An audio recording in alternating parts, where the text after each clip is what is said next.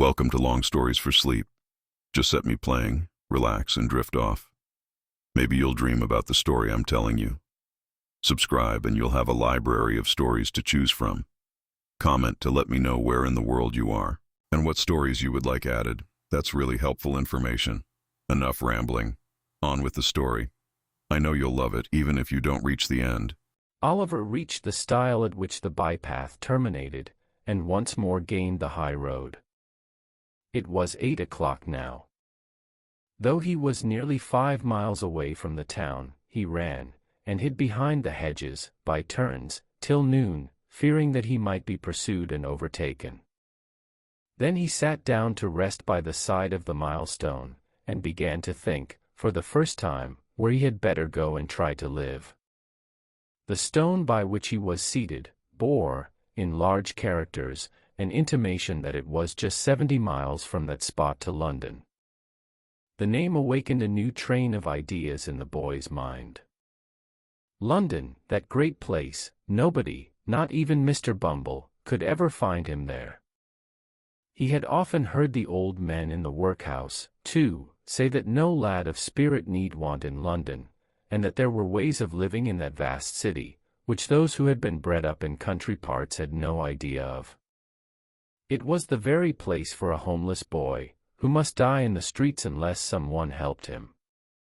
As these things passed through his thoughts, he jumped upon his feet, and again walked forward.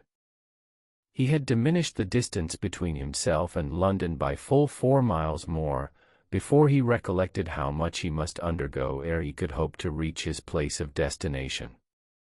As this consideration forced itself upon him, he slackened his pace a little, and meditated upon his means of getting there. He had a crust of bread, a coarse shirt, and 2 pairs of stockings, in his bundle. He had a penny too, a gift of sourberries after some funeral in which he had acquitted himself more than ordinarily well, in his pocket. A clean shirt, thought Oliver, is a very comfortable thing, and so are 2 pairs of darned stockings, and so is a penny, but they are small helps to a 65 miles walk in winter time. But Oliver's thoughts, like those of most other people, although they were extremely ready and active to point out his difficulties, were wholly at a loss to suggest any feasible mode of surmounting them. So, after a good deal of thinking to no particular purpose, he changed his little bundle over to the other shoulder, and trudged on. Oliver walked 20 miles that day, and all that time tasted nothing but the crust of dry bread, and a few draughts of water, which he begged at the cottage doors by the roadside. When the night came, he turned into a meadow, and, creeping close under a hayrick, determined to lie there, till morning. He felt frightened at first, for the wind moaned dismally over the empty fields, and he was cold and hungry, and more alone than he had ever felt before. Being very tired with his walk, however, he soon fell asleep and forgot his troubles. He felt cold and stiff, when he got up next morning, and so hungry that he was obliged to exchange the penny for a small loaf, in the very first village through which he passed. He had walked no more than 12 miles, when night closed in again. His feet were sore, and his legs so weak that they trembled beneath him. Another night passed in the bleak damp air, made him worse. When he set forward on his journey next morning he could hardly crawl along. He waited at the bottom of a steep hill till a stagecoach came up, and then begged of the outside passengers, but there were very few who took any notice of him, and even those told him to wait till they got to the top of the hill, and then let them see how far he could run for a halfpenny. Poor Oliver tried to keep up with the coach a little way, but was unable to do it, by reason of his fatigue and sore feet. When the outside saw this, they put their halfpence back into their pockets again, declaring that he was an idle young dog, and didn't deserve anything, and the coach rattled away and left only a cloud of dust behind. In some villages, large painted boards were fixed up, warning all persons who begged within the district, that they would be sent to jail. This frightened Oliver very much, and made him glad to get out of those villages with all possible expedition. In others, he would stand about the inn-yards, and look mournfully at every one who passed, a proceeding which generally terminated in the landlady's ordering one of the post-boys who were lounging about, to drive that strange boy out of the place, for she was sure he had come to steal something. If he begged at a farmer's house, 10 to 1 but they threatened to set the dog on him, and when he showed his nose in a shop, they talked about the beetle, which brought Oliver's heart into his mouth, very often the only thing he had there, for many hours together. In fact, if it had not been for a good-hearted turnpikeman, and a benevolent old lady, Oliver's troubles would have been shortened by the very same process which had put an end to his mother's. In other words, he would most assuredly have fallen dead upon the king's highway. But the turnpikeman gave him a meal of bread and cheese, and the old lady, who had a shipwrecked grandson wandering barefoot in some distant part of the earth, took pity upon the poor orphan, and gave him what little she could afford, and more, with such kind and gentle words, and such tears of sympathy and compassion, that they sank deeper into Oliver's soul than all the sufferings he had ever undergone. Early on the 7th morning after he had left his native place, Oliver limped slowly into the little town of Barnet. The window shutters were closed, the street was empty, not a soul had awakened to the business of the day. The sun was rising in all its splendid beauty, but the light only served to show the boy his own lonesomeness and desolation, as he sat, with bleeding feet and covered with dust, upon a doorstep. By degrees, the shutters were opened, the window blinds were drawn up, and people began passing to and fro. Some few stopped to gaze at Oliver for a moment or two, or turned round to stare at him as they hurried by, but none relieved him, or troubled themselves to inquire how he came there. He had no heart to beg. And there he sat. He had been crouching on the step for some time, wondering at the great number of public houses. Every other house in Barnet was a tavern, large or small, gazing listlessly at the coaches as they passed through, and thinking how strange it seemed that they could do, with ease, in a few hours, what it had taken him a whole week of courage and determination beyond his years to accomplish, when he was roused by observing that a boy, who had passed him carelessly some minutes before, had returned, and was now surveying him most earnestly from the opposite side of the way. He took little heed of this at first, but the boy remained in the same attitude of close observation so long, that Oliver raised his head, and returned his steady look. Upon this, the boy crossed over, and walking close up to Oliver, said, "Hullo, my covey. What's the row?" The boy who addressed this inquiry to the young wayfarer was about his own age, but one of the queerest-looking boys that Oliver had even seen. He was a snub-nosed, flat-browed, common-faced boy enough, and as dirty a juvenile as one would wish to see, but he had about him all the airs and manners of a man. He was short of his age, with rather bow legs, and little, sharp, ugly eyes.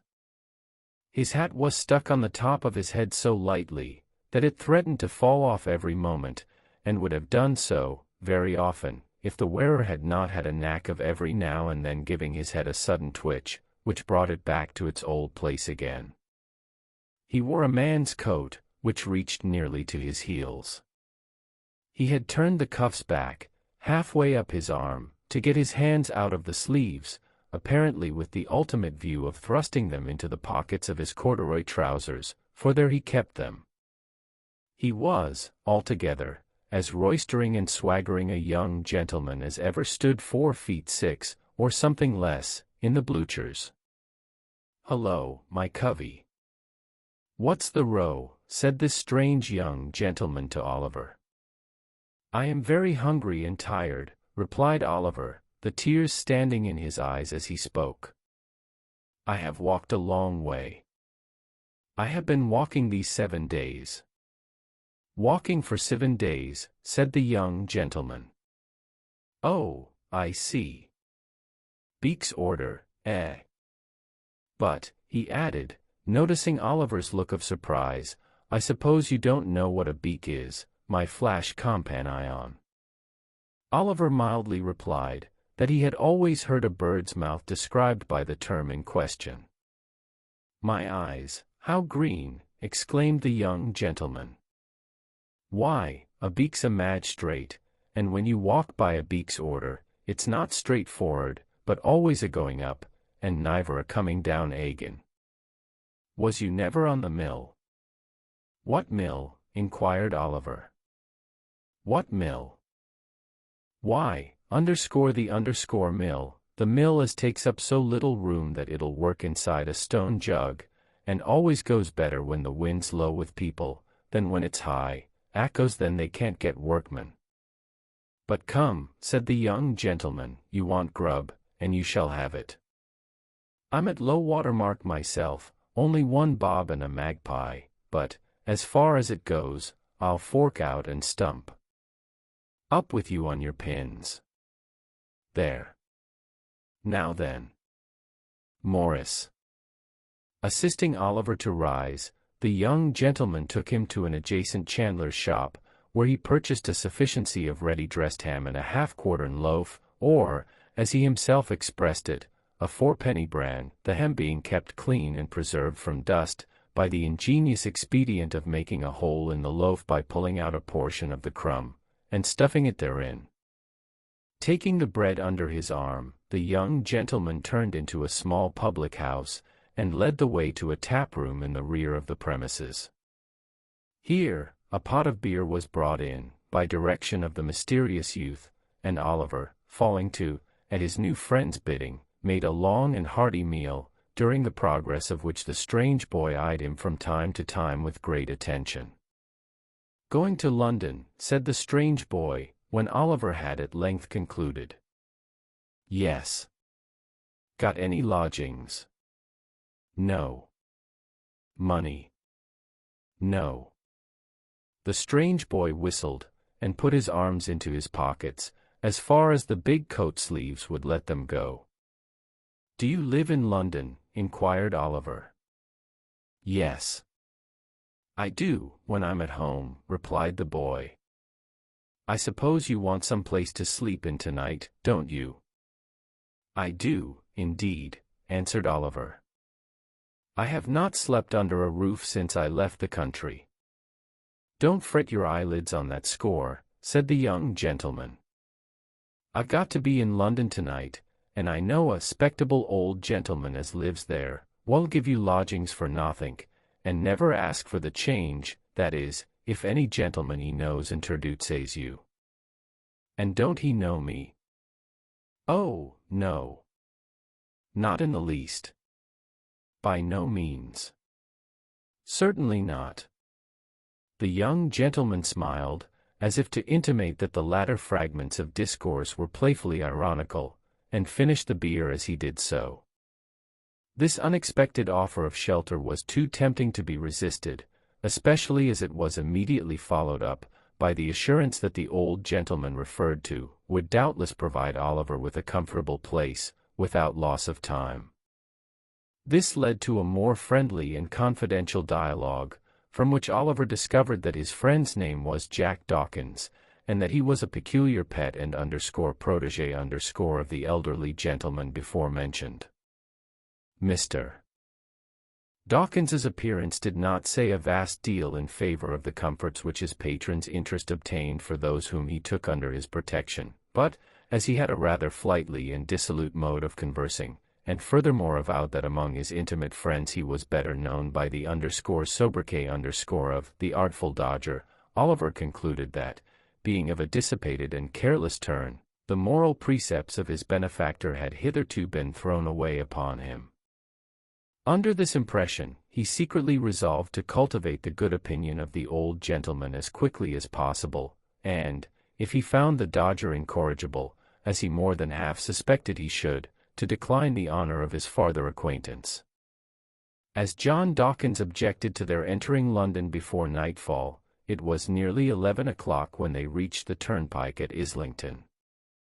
They crossed from the Angel into St. John's Road, struck down the small street which terminates at Sadler's Wells Theatre, through Exmouth Street and Coppice Row, down the little court by the side of the workhouse, across the classic ground which once bore the name of Hockley in the Hole, thence into Little Saffron Hill, and so into Saffron Hill the Great, along which the Dodger scud at a rapid pace, directing Oliver to follow close at his heels.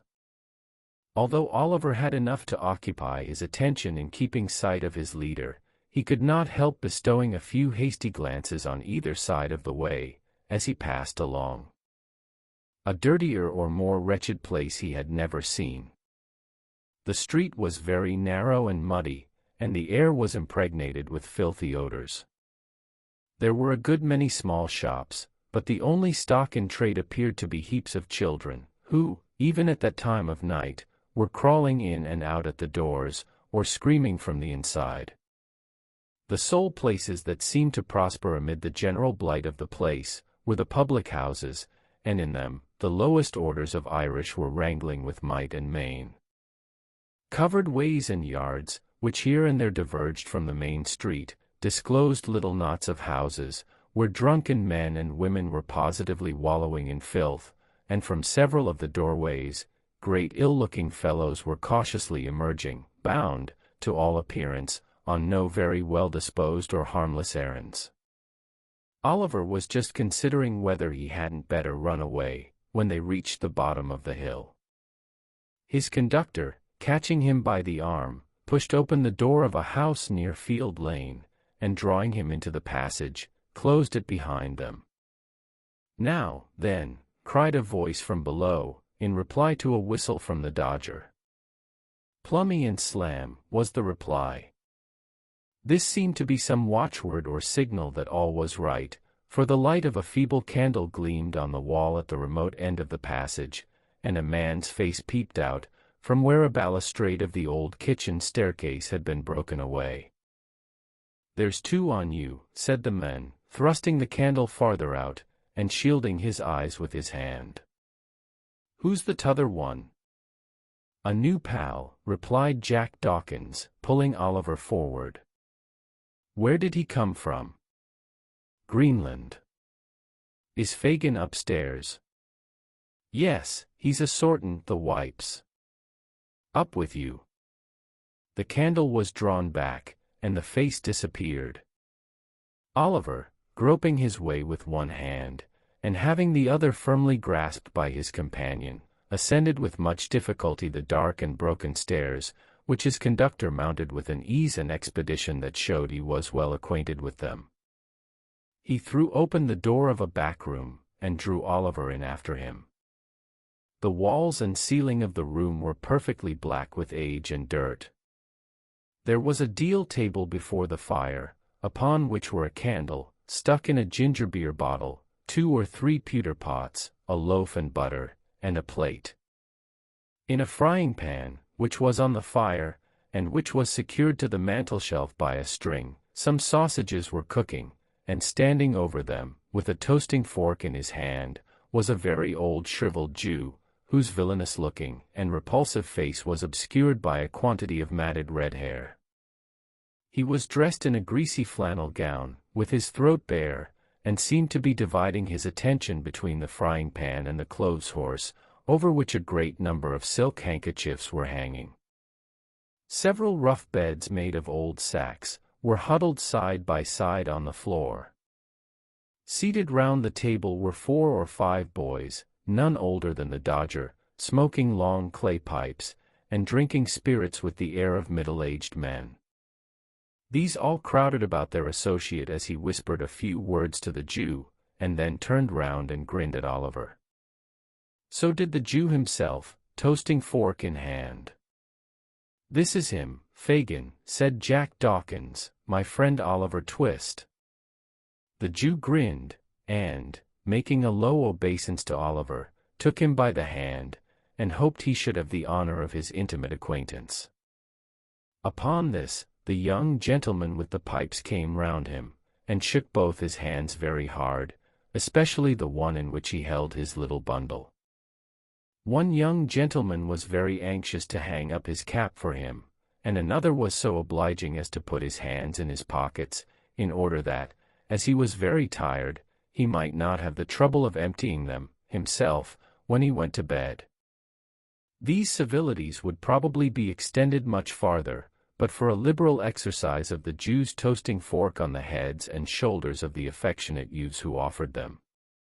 "We are very glad to see you, Oliver, very," said the Jew. "Dodger, take off the sausages, and draw a tub near the fire for Oliver. Ah, you're staring at the pocket handkerchiefs. My dear. There are a good many of 'em, ain't there? We've just looked 'em out, ready for the wash, that's all, Oliver, that's all. Ha! Ha! Ha!" The latter part of this speech was hailed by a boisterous shout from all the hopeful pupils of the merry old gentleman, in the midst of which they went to supper. Oliver ate his share, and the Jew then mixed him a glass of hot gin and water, telling him he must drink it off directly, because another gentleman wanted the tumbler. Oliver did as he was desired. Immediately afterwards he felt himself gently lifted onto one of the sacks, and then he sunk into a deep sleep. It was late next morning when Oliver awoke, from a sound, long sleep. There was no other person in the room but the old Jew, who was boiling some coffee in a saucepan for breakfast, and whistling softly to himself as he stirred it round and round, with an iron spoon. He would stop every now and then to listen when there was the least noise below, and when he had satisfied himself, he would go on whistling and stirring again, as before. Although Oliver had roused himself from sleep, he was not thoroughly awake. There is a drowsy state, between sleeping and waking, when you dream more in 5 minutes with your eyes half open, and yourself half conscious of everything that is passing around you, than you would in 5 nights with your eyes fast closed, and your senses wrapped in perfect unconsciousness. At such time, a mortal knows just enough of what his mind is doing, to form some glimmering conception of its mighty powers, its bounding from earth and spurning time and space, when freed from the restraint of its corporeal associate.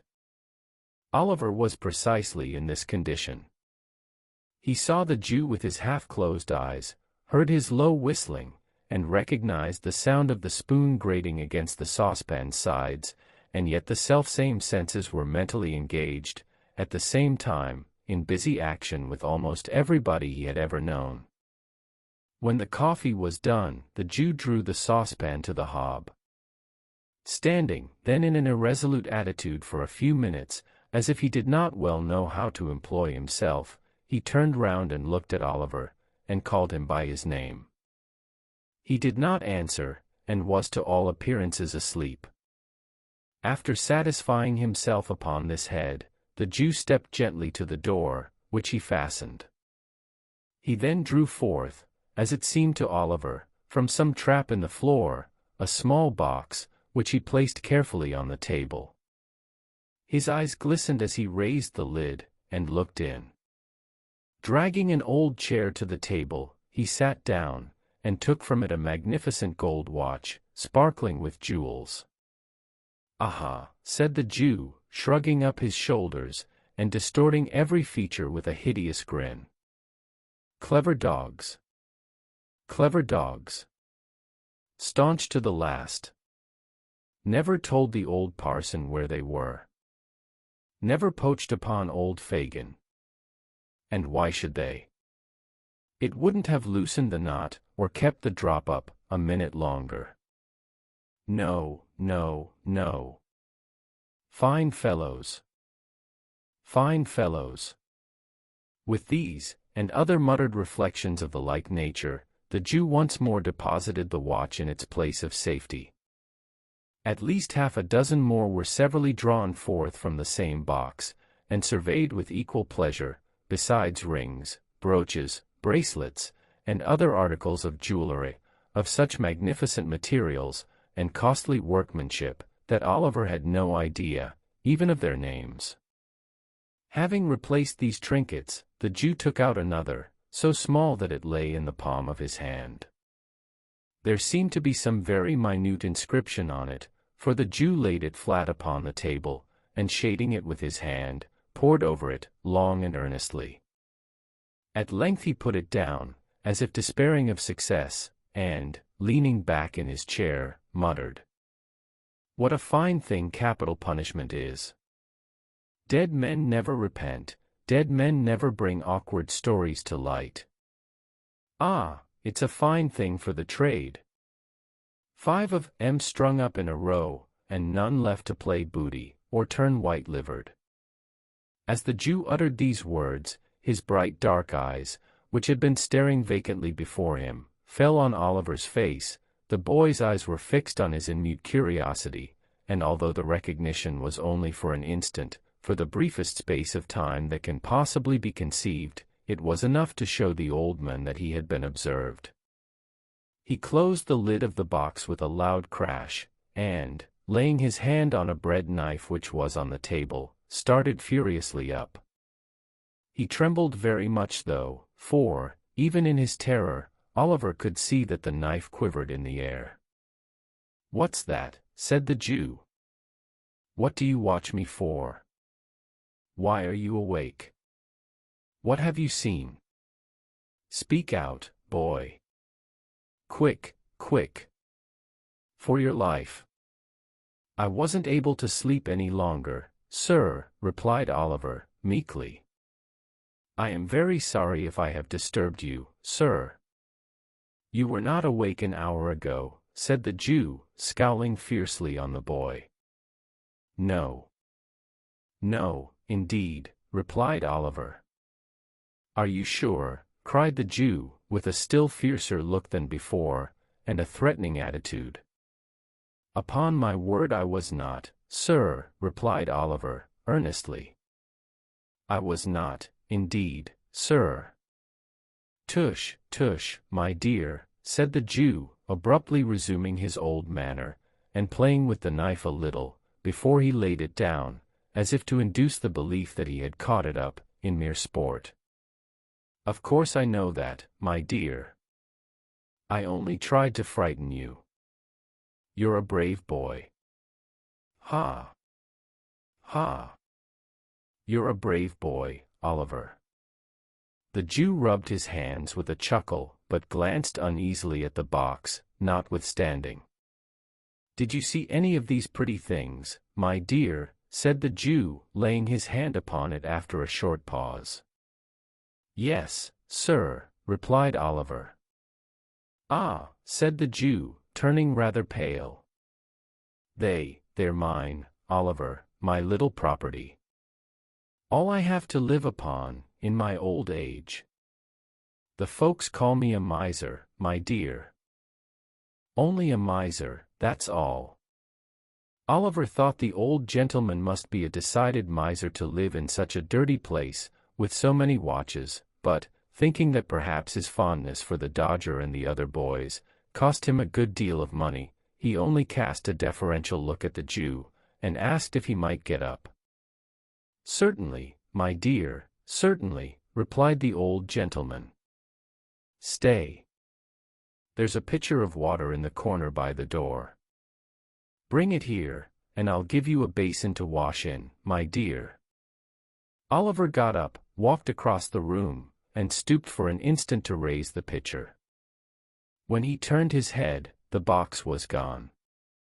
He had scarcely washed himself, and made everything tidy, by emptying the basin out of the window, agreeably to the Jew's directions, when the Dodger returned, accompanied by a very sprightly young friend, whom Oliver had seen smoking on the previous night, and who was now formally introduced to him as Charlie Bates. The four sat down, to breakfast, on the coffee, and some hot rolls and ham which the Dodger had brought home in the crown of his hat. "Well," said the Jew, glancing slyly at Oliver, and addressing himself to the Dodger, "I hope you've been at work this morning, my dears." "Hard," replied the Dodger. "As nails," added Charlie Bates. Good boys," said the Jew. "What have you got, Dodger?" "A couple of pocketbooks," replied that young gentleman. "Lined?" inquired the Jew, with eagerness. "Pretty well," replied the Dodger, producing 2 pocketbooks, one green, and the other red. "Not so heavy as they might be," said the Jew, after looking at the insides carefully, "but very neat and nicely made. Ingenious workman, ain't he, Oliver?" "Very indeed, sir," said Oliver. At which Mr. Charles Bates laughed uproariously, very much to the amazement of Oliver, who saw nothing to laugh at in anything that had passed. "And what have you got, my dear?" said Fagin to Charlie Bates. "Wipes," replied Master Bates, at the same time producing 4 pocket-handkerchiefs. "Well," said the Jew, inspecting them closely, "they're very good ones, very. You haven't marked them well, though, Charlie, so the marks shall be picked out with a needle, and we'll teach Oliver how to do it." "Shall us, Oliver, eh?" "Ha! Ha! Ha! If you please, sir," said Oliver. "You'd like to be able to make pocket-handkerchiefs as easy as Charlie Bates, wouldn't you, my dear?" said the Jew. "Very much, indeed, if you'll teach me, sir," replied Oliver. Master Bates saw something so exquisitely ludicrous in this reply, that he burst into another laugh, which laugh, meeting the coffee he was drinking, and carrying it down some wrong channel, very nearly terminated in his premature suffocation. "He is so jolly green," said Charlie when he recovered, as an apology to the company for his unpolite behavior. The Dodger said nothing, but he smoothed Oliver's hair over his eyes, and said he'd know better, by and by, upon which the old gentleman, observing Oliver's color mounting, changed the subject by asking whether there had been much of a crowd at the execution that morning. This made him wonder more and more, for it was plain from the replies of the 2 boys that they had both been there, and Oliver naturally wondered how they could possibly have found time to be so very industrious. When the breakfast was cleared away, the merry old gentleman and the 2 boys played at a very curious and uncommon game, which was performed in this way. The merry old gentleman, placing a snuff-box in one pocket of his trousers, a note-case in the other, and a watch in his waistcoat pocket, with a guard chain round his neck, and sticking a mock diamond pin in his shirt, buttoned his coat tight round him, and putting his spectacle case and handkerchief in his pockets, trotted up and down the room with a stick, in imitation of the manner in which old gentlemen walk about the streets any hour in the day. Sometimes he stopped at the fireplace, and sometimes at the door, making believe that he was staring with all his might into shop windows. At such times, he would look constantly round him, for fear of thieves, and would keep slapping all his pockets in turn, to see that he hadn't lost anything, in such a very funny and natural manner, that Oliver laughed till the tears ran down his face. All this time, the 2 boys followed him closely about, getting out of his sight, so nimbly, every time he turned round, that it was impossible to follow their motions.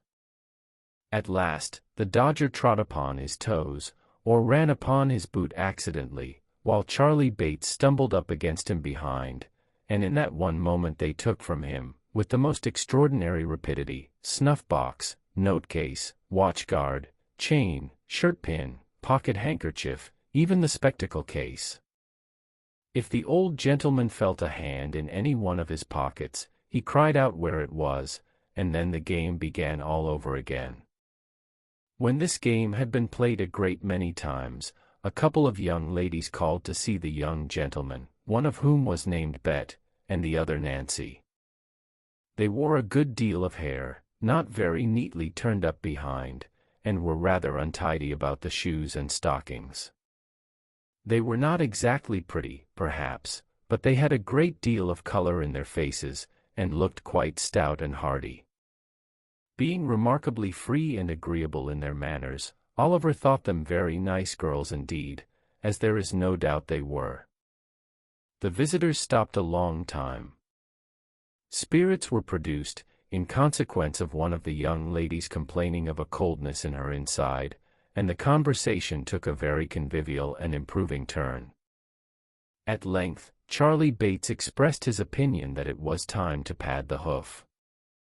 This, it occurred to Oliver, must be French for going out, for directly afterwards, the Dodger, and Charlie, and the two young ladies, went away together, having been kindly furnished by the amiable old Jew with money to spend. "There, my dear," said Fagin. "That's a pleasant life, isn't it? They have gone out for the day." "Have they done work, sir?" inquired Oliver. "Yes," said the Jew, "that is, unless they should unexpectedly come across any, when they are out, and they won't neglect it. If they do, my dear, depend upon it. Make your models, my dear. Make your models," tapping the fire shovel on the hearth to add force to his words. "Do everything they bid you, and take their advice in all matters, especially the Dodger's, my dear. He'll be a great man himself, and will make you one too, if you take pattern by him. Is my handkerchief hanging out of my pocket, my dear?" said the Jew, stopping short. "Yes, sir," said Oliver. "See if you can take it out, without my feeling it, as you saw them do, when we were at play this morning." Oliver held up the bottom of the pocket with one hand, as he had seen the Dodger hold it, and drew the handkerchief lightly out of it with the other. "Is it gone?" cried the Jew. "Here it is, sir," said Oliver, showing it in his hand. "You're a clever boy, my dear," said the playful old gentleman, patting Oliver on the head approvingly. "I never saw a sharper lad. Here's a shilling for you. If you go on, in this way, you'll be the greatest man of the time. And now come here, and I'll show you how to take the marks out of the handkerchiefs." Oliver wondered what picking the old gentleman's pocket in play had to do with his chances of being a great man. But, thinking that the Jew, being so much his senior, must know best, he followed him quietly to the table, and was soon deeply involved in his new study. For many days, Oliver remained in the Jew's room, picking the marks out of the pocket handkerchief, of which a great number were brought home, and sometimes taking part in the game already described, which the two boys and the Jew played, regularly, every morning. At length, he began to languish for fresh air, and took many occasions of earnestly entreating the old gentleman to allow him to go out to work with his two companions. Oliver was rendered the more anxious to be actively employed, by what he had seen of the stern morality of the old gentleman's character.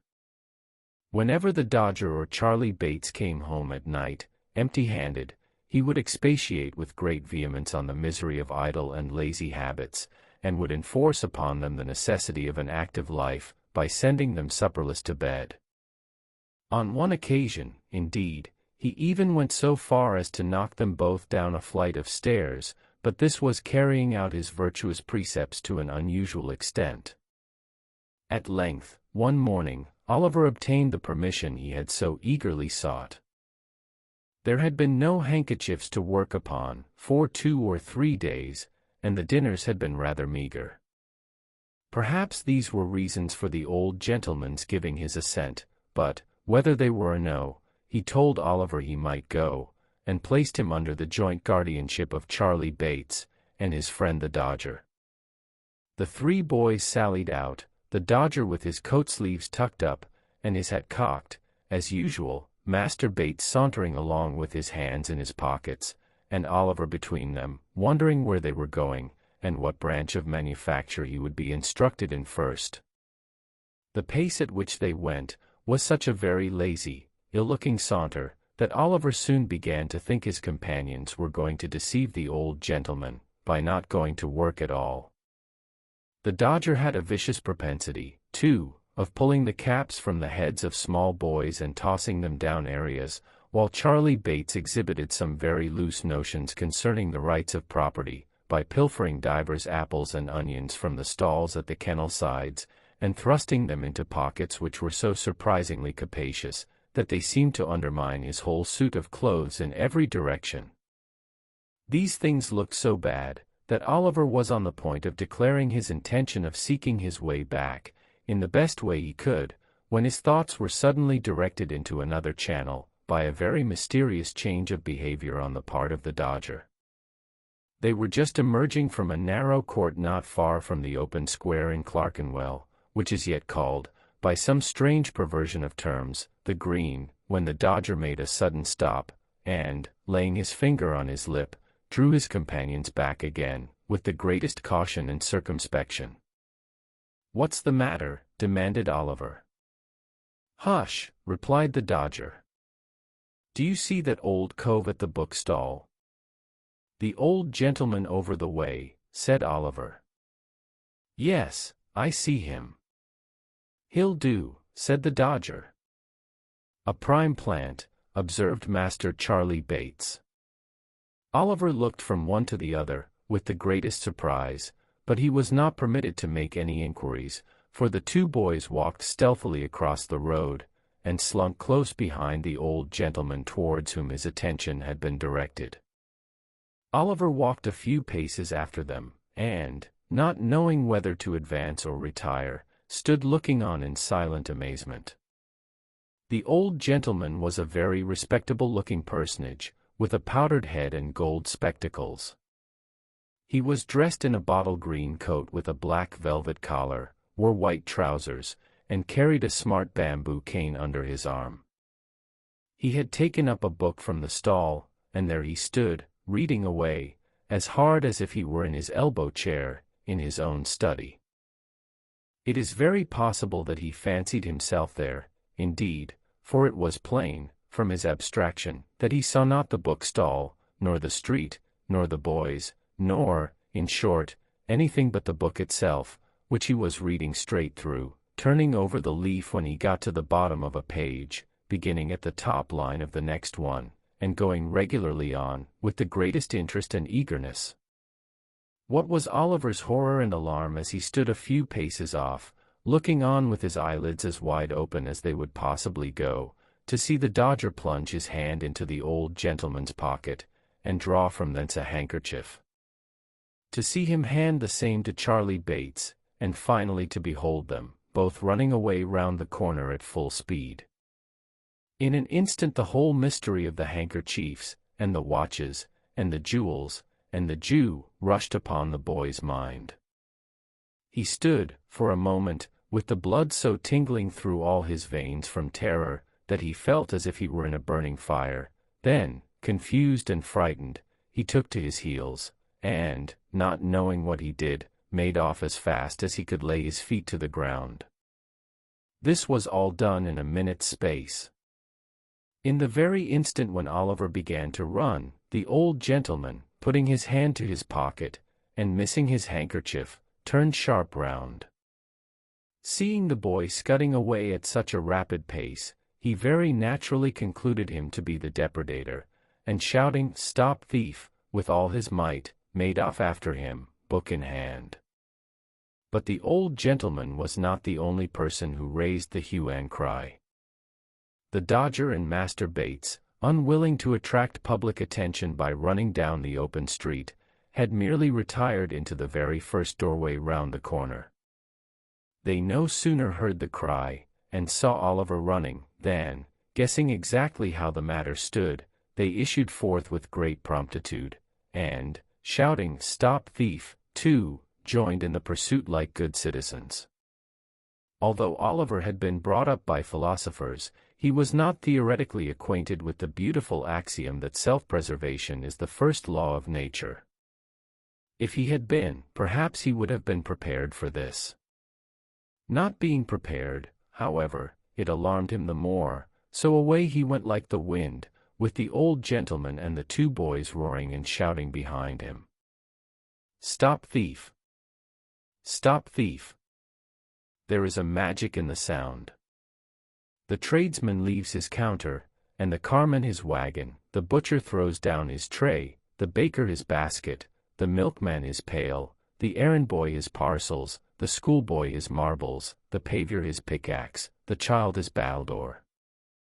Away they run, pell-mell, helter-skelter, slapdash, tearing, yelling, screaming, knocking down the passengers as they turn the corners, rousing up the dogs, and astonishing the fowls, and streets, squares, and courts, re-echo with the sound. Stop thief! Stop thief! The cry is taken up by 100 voices, and the crowd accumulate at every turning. Away they fly, splashing through the mud, and rattling along the pavements. Up go the windows, outrun the people, onward bear the mob, a whole audience desert punch in the very thickest of the plot, and, joining the rushing throng, swell the shout, and lend fresh vigor to the cry, Stop thief! Stop thief! Stop thief! Stop thief! There is a passion for hunting something deeply implanted in the human breast. One wretched breathless child, panting with exhaustion, terror in his looks, agony in his eyes, large drops of perspiration streaming down his face, strains every nerve to make head upon his pursuers, and as they follow on his track, and gain upon him every instant, they hail his decreasing strength with joy. Stop thief! Aye, stop him for God's sake, were it only in mercy. Stopped at last. A clever blow. He is down upon the pavement, and the crowd eagerly gather round him, each newcomer, jostling and struggling with the others to catch a glimpse. Stand aside. Give him a little air. Nonsense. He don't deserve it. Where's the gentleman? Here he is, coming down the street. Make room there for the gentleman. Is this the boy, sir? Yes. Oliver lay, covered with mud and dust, and bleeding from the mouth, looking wildly round upon the heap of faces that surrounded him, when the old gentleman was officiously dragged and pushed into the circle by the foremost of the pursuers. Yes, said the gentleman, I am afraid it is the boy. Afraid, murmured the crowd. That's a good un. Poor fellow, said the gentleman, he has hurt himself. I did that, sir, said a great lubberly fellow, stepping forward, and preciously I cut my knuckle agin his mouth. I stopped him, sir. The fellow touched his hat with a grin, expecting something for his pains, but, the old gentleman, eyeing him with an expression of dislike, looked anxiously round, as if he contemplated running away himself, which it is very possible he might have attempted to do, and thus have afforded another chase, had not a police officer, who is generally the last person to arrive in such cases, at that moment made his way through the crowd, and seized Oliver by the collar. Come, get up, said the man, roughly. It wasn't me indeed, sir. Indeed, it was 2 other boys, said Oliver, clasping his hands passionately, and looking round. They are here somewhere. Oh no, they ain't, said the officer. He meant this to be ironical, but it was true besides, for the Dodger and Charlie Bates had filed off down the first convenient court they came to. Come, get up. Don't hurt him, said the old gentleman, compassionately. Oh no, I won't hurt him, replied the officer, tearing his jacket half off his back, in proof thereof. Come, I know you, it won't do. Will you stand upon your legs, you young devil? Oliver, who could hardly stand, made a shift to raise himself on his feet, and was at once lugged along the streets by the jacket collar, at a rapid pace. The gentleman walked on with them by the officer's side, and as many of the crowd as could achieve the feat, got a little ahead, and stared back at Oliver from time to time. The boys shouted in triumph, and on they went. The offense had been committed within the district, and indeed in the immediate neighborhood of a very notorious metropolitan police office. The crowd had only the satisfaction of accompanying Oliver through 2 or 3 streets, and down a place called Mutton Hill, when he was led beneath a low archway, and up a dirty court, into this dispensary of summary justice, by the back way. It was a small paved yard into which they turned, and here they encountered a stout man with a bunch of whiskers on his face, and a bunch of keys in his hand. "What's the matter now?" said the men carelessly. "A young fogle hunter," replied the men who had Oliver in charge. "Are you the party that's been robbed, sir?" inquired the men with the keys. "Yes, I am," replied the old gentleman, "but I am not sure that this boy actually took the handkerchief." I would rather not press the case." "Must go before the magistrate now, sir," replied the man. "His worship will be disengaged in half a minute. Now, young gallows." This was an invitation for Oliver to enter through a door which he unlocked as he spoke, and which led into a stone cell. Here he was searched, and nothing being found upon him, locked up. This cell was in shape and size something like an area cellar, only not so light. It was most intolerably dirty, for it was Monday morning, and it had been tenanted by 6 drunken people, who had been locked up, elsewhere, since Saturday night. But this is little. In our station houses, men and women are every night confined on the most trivial charges. The word is worth noting, in dungeons, compared with which, those in Newgate, occupied by the most atrocious felons, tried, found guilty, and under sentence of death, are palaces. Let anyone who doubts this, compare the two.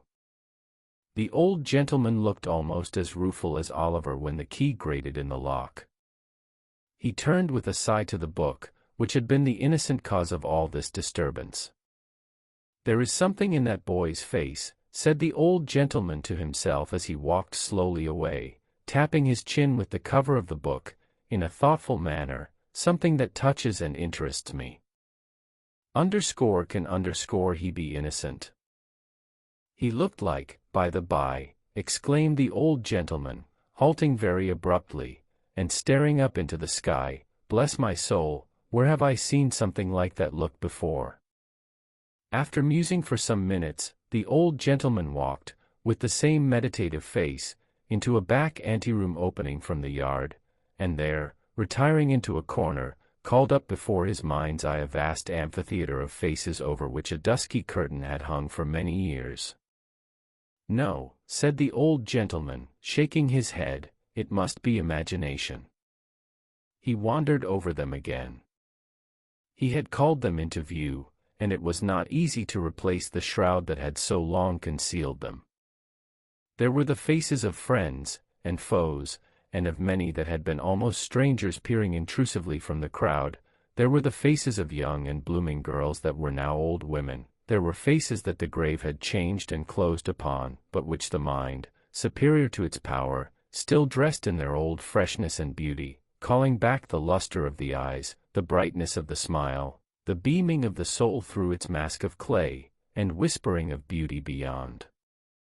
The tomb, changed but to be heightened, and taken from earth only to be set up as a light, to shed a soft and gentle glow upon the path to heaven.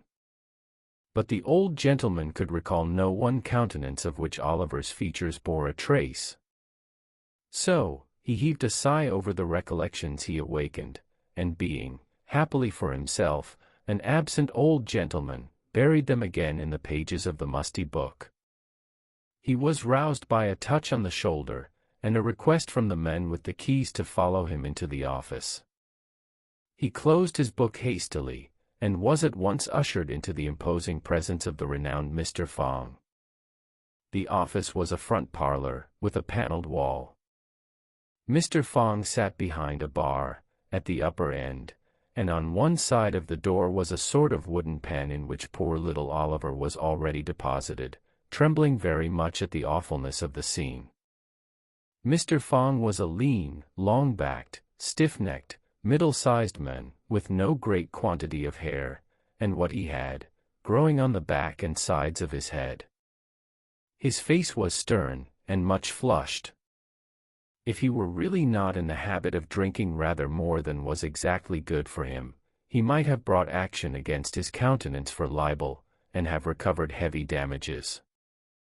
The old gentleman bowed respectfully, and advancing to the magistrate's desk, said, suiting the action to the word, "That is my name and address, sir." He then withdrew a pace or two, and, with another polite and gentlemanly inclination of the head, waited to be questioned. Now, it so happened that Mr. Fong was at that moment perusing a leading article in a newspaper of the morning, adverting to some recent decision of his, and commending him, for the 350th time, to the special and particular notice of the Secretary of State for the Home Department. He was out of temper, and he looked up with an angry scowl. "Who are you?" said Mr. Fong. The old gentleman pointed, with some surprise, to his card. "Officer," said Mr. Fong, tossing the card contemptuously away with the newspaper. "Who is this fellow?" "My name, sir," said the old gentleman, speaking like a gentleman, "my name, sir, is Brownlow. Permit me to inquire the name of the magistrate who offers a gratuitous and unprovoked insult to a respectable person, under the protection of the bench." Saying this, Mr. Brownlow looked around the office as if in search of some person who would afford him the required information. "Officer," said Mr. Fong, throwing the paper on one side, "what's this fellow charged with?" "He's not charged at all, your worship," replied the officer. "He appears against this boy, your worship." His worship knew this perfectly well, but it was a good annoyance, and a safe one. "Appears against the boy, does he?" said Mr. Fong, surveying Mr. Brownlow contemptuously from head to foot. "Swear him." "Before I am sworn, I must beg to say one word," said Mr. Brownlow, "and that is, that I really never, without actual experience, could have believed." "Hold your tongue, sir," said Mr. Fong, peremptorily. "I will not, sir," replied the old gentleman. "Hold your tongue this instant, or I'll have you turned out of the office," said Mr. Fong. "You're an insolent, impertinent fellow. How dare you bully a magistrate?" "What?" exclaimed the old gentleman, reddening. "Swear this person," said Fong to the clerk. "I'll not hear another word." "Swear him." Mr. Brownlow's indignation was greatly roused, but reflecting perhaps, that he might only injure the boy by giving vent to it, he suppressed his feelings and submitted to be sworn at once. "Now," said Fong, "what's the charge against this boy? What have you got to say, sir?" "I was standing at a bookstall," Mr. Brownlow began. "Hold your tongue, sir," said Mr. Fong. "Policeman." "Where's the policeman?" "Here, swear this policeman." "Now, policeman, what is this?" The policeman, with becoming humility, related how he had taken the charge, how he had searched Oliver, and found nothing on his person, and how that was all he knew about it. "Are there any witnesses?" inquired Mr. Fong. "None, your worship," replied the policeman. Mr. Fong sat silent for some minutes, and then, turning round to the prosecutor, said in a towering passion, "Do you mean to state what your complaint against this boy is, man, or do you not? You have been sworn.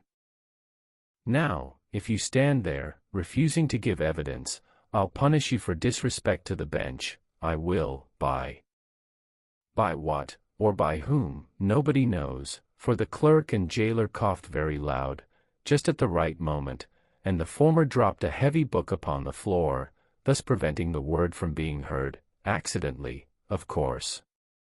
With many interruptions, and repeated insults, Mr. Brownlow contrived to state his case, observing that, in the surprise of the moment, he had run after the boy because he had seen him running away, and expressing his hope that, if the magistrate should believe him, although not actually the thief, to be connected with the thieves, he would deal as leniently with him as justice would allow. "He has been hurt already," said the old gentleman in conclusion. "And I fear," he added, with great energy, looking towards the bar, "I really fear that he is ill." "Oh! Yes, I dare say," said Mr. Fong, with a sneer. Come, none of your tricks here, you young vagabond, they won't do. What's your name? Oliver tried to reply, but his tongue failed him. He was deadly pale, and the whole place seemed turning round and round. What's your name, you hardened scoundrel? Demanded Mr. Fong. Officer, what's his name? This was addressed to a bluff old fellow, in a striped waistcoat, who was standing by the bar. He bent over Oliver, and repeated the inquiry, but finding him really incapable of understanding the question, and knowing that his not replying would only infuriate the magistrate the more, and add to the severity of his sentence, he hazarded a guess. He says his name's Tom White, your worship, said the kind-hearted thief-taker. Oh, he won't speak out, won't he? Said Fong. Very well, very well. Where does he live? Where he can, your worship, replied the officer, again pretending to receive Oliver's answer. Has he any parents? Inquired Mr. Fong. He says they died in his infancy, your worship, replied the officer, hazarding the usual reply. At this point of the inquiry, Oliver raised his head, and, looking round with imploring eyes, murmured a feeble prayer for a draught of water. Stuff and nonsense, said Mr. Fong, don't try to make a fool of me. I think he really is ill, your worship, remonstrated the officer. I know better, said Mr. Fong. Take care of him, officer, said the old gentleman, raising his hands instinctively, he'll fall down. Stand away, officer, cried Fong, let him, if he likes. Oliver availed himself of the kind permission, and fell to the floor in a fainting fit. The men in the office looked at each other, but no one dared to stir. I knew he was shamming, said Fong, as if this were incontestable proof of the fact. Let him lie there, he'll soon be tired of that.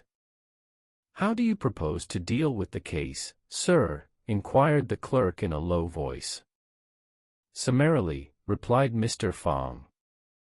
He stands committed for 3 months, hard labor of course. Clear the office. The door was opened for this purpose, and a couple of men were preparing to carry the insensible boy to his cell, when an elderly man of decent but poor appearance, clad in an old suit of black, rushed hastily into the office, and advanced towards the bench. Stop, stop. Don't take him away. For heaven's sake stop a moment, cried the newcomer, breathless with haste.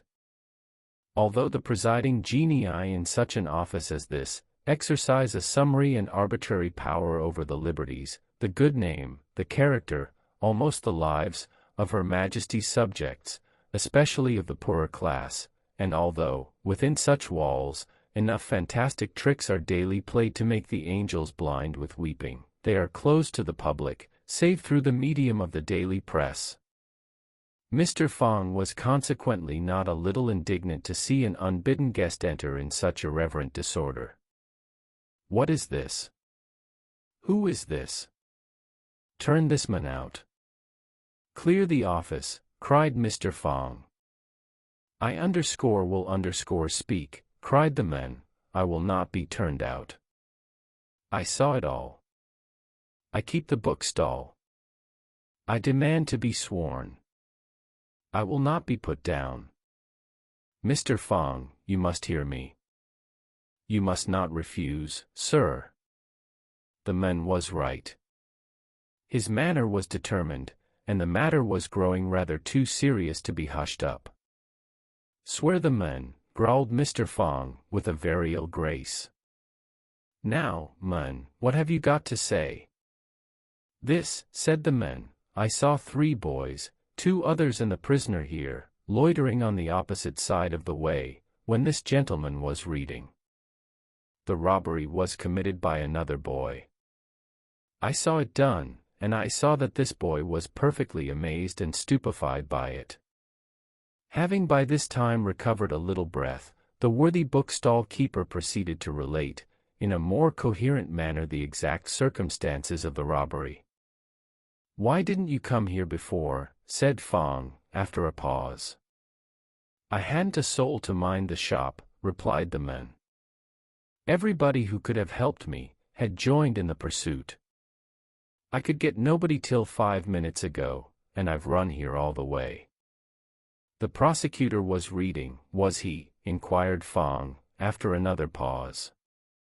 Yes, replied the man.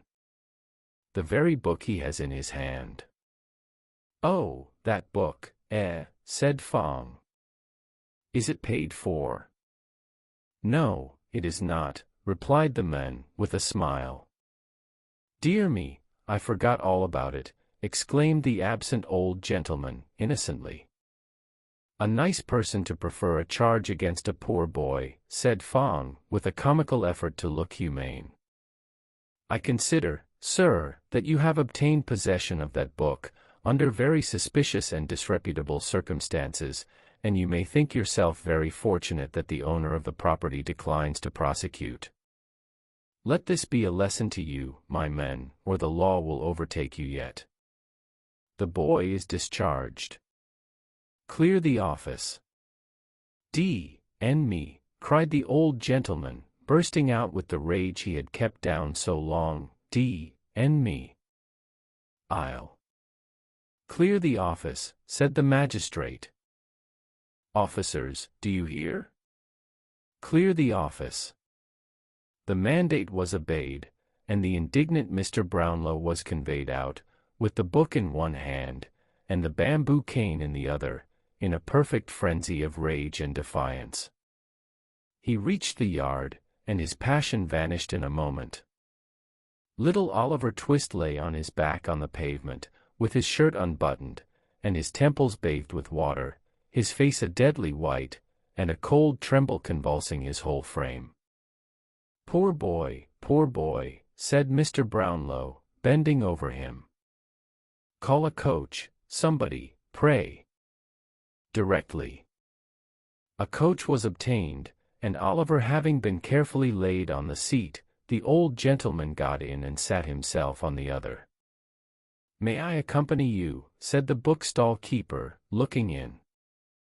Bless me, yes, my dear sir, said Mr. Brownlow quickly. I forgot you. Dear. I have this unhappy book still. Jump in.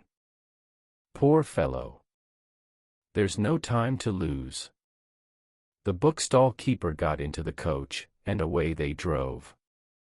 This is Oliver Twist read on Long Stories for Sleep. The coach rattled away, over nearly the same ground as that which Oliver had traversed when he first entered London in company with the Dodger, and, turning a different way when it reached the Angel at Islington, stopped at length before a neat house, in a quiet shady street near Pentonville. Here, a bed was prepared, without loss of time, in which Mr. Brownlow saw his young charge carefully and comfortably deposited, and here, he was tended with a kindness and solicitude that knew no bounds. But, for many days, Oliver remained insensible to all the goodness of his new friends. The sun rose and sank again, and many times after that, and still the boy lay stretched on his uneasy bed, dwindling away beneath the dry and wasting heat of fever. The worm does not work more surely on the dead body, than does this slow creeping fire upon the living frame. Weak, and thin, and pallid, he awoke at last from what seemed to have been a long and troubled dream. Feebly raising himself in the bed, with his head resting on his trembling arm, he looked anxiously around. What room is this? Where have I been brought to? Said Oliver. This is not the place I went to sleep in. He uttered these words in a feeble voice, being very faint and weak, but they were overheard at once. The curtain at the bed's head was hastily drawn back, and a motherly old lady, very neatly and precisely dressed, rose as she undrew it, from an armchair close by, in which she had been sitting at needlework. Hush, my dear, said the old lady softly. You must be very quiet, or you will be ill again, and you have been very bad, as bad could be, pretty nigh. Lie down again, there's a dear." With those words, the old lady very gently placed Oliver's head upon the pillow, and, smoothing back his hair from his forehead, looked so kindly and loving in his face, that he could not help placing his little withered hand in hers, and drawing it round his neck. "Save us," said the old lady, with tears in her eyes. "What a grateful little dear it is. Pretty creetur. What would his mother feel if she had sat by him as I have, and could see him now?" "She does see me," whispered Oliver, folding his hands together. "Perhaps she has sat by me. I almost feel as if she had." "That was the fever, my dear," said the old lady mildly. "I suppose it was," replied Oliver, "because heaven is a long way off, and they are too happy there, to come down to the bedside of a poor boy. But if she knew I was ill, she must have pitied me, even there, for she was very ill herself before she died. She can't know anything about me though," added Oliver after a moment's silence. "If she had seen me hurt, it would have made her sorrowful, and her face has always looked sweet and happy, when I have dreamed of her."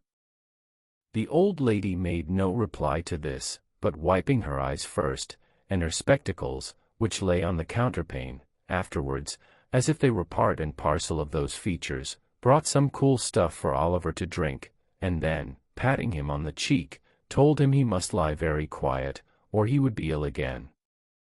So, Oliver kept very still, partly because he was anxious to obey the kind old lady in all things, and partly, to tell the truth, because he was completely exhausted with what he had already said. He soon fell into a gentle doze, from which he was awakened by the light of a candle, which, being brought near the bed, showed him a gentleman with a very large and loud-ticking gold watch in his hand, who felt his pulse, and said he was a great deal better. "You are a great deal better, are you not, my dear?" said the gentleman. "Yes, thank you, sir," replied Oliver. "Yes, I know you are," said the gentleman. "You're hungry too, ain't you?" "No, sir," answered Oliver. "Hem," said the gentleman. "No, I know you're not." "He is not hungry, Mrs. Bidwin," said the gentleman, looking very wise. The old lady made a respectful inclination of the head, which seemed to say that she thought the doctor was a very clever man. The doctor appeared much of the same opinion himself. "You feel sleepy, don't you, my dear?" said the doctor. "No, sir," replied Oliver. "No," said the doctor, with a very shrewd and satisfied look. "You're not sleepy. Nor thirsty. Are you?" "Yes, sir, rather thirsty," answered Oliver. "Just as I expected, Mrs. Bidwin," said the doctor. "It's very natural that he should be thirsty. You may give him a little tea, ma'am, and some dry toast without any butter. Don't keep him too warm, ma'am, but be careful that you don't let him be too cold, will you have the goodness?" The old lady dropped a curtsy. The doctor, after tasting the cool stuff, and expressing a qualified approval of it, hurried away, his boots creaking in a very important and wealthy manner as he went downstairs. Oliver dozed off again. Soon after this, when he awoke, it was nearly 12 o'clock.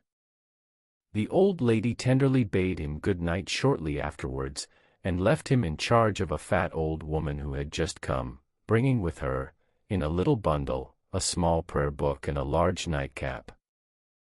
Putting the latter on her head and the former on the table, the old woman, after telling Oliver that she had come to sit up with him, drew her chair close to the fire and went off into a series of short naps, checkered at frequent intervals with sundry tumblings forward, and divers moans and chokings. These, however, had no worse effect than causing her to rub her nose very hard, and then fall asleep again. And thus the night crept slowly on. Oliver lay awake for some time, counting the little circles of light which the reflection of the rushlight shade threw upon the ceiling, or tracing with his languid eyes the intricate pattern of the paper on the wall.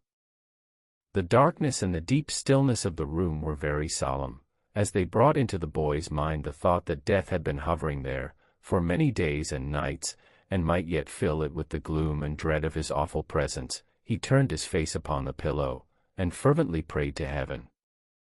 Gradually, he fell into that deep tranquil sleep which ease from recent suffering alone imparts, that calm and peaceful rest which it is pain to wake from. Who, if this were death, would be roused again to all the struggles and turmoils of life, to all its cares for the present, its anxieties for the future, more than all, its weary recollections of the past. It had been bright day, 4 hours, when Oliver opened his eyes. He felt cheerful and happy. The crisis of the disease was safely past. He belonged to the world again.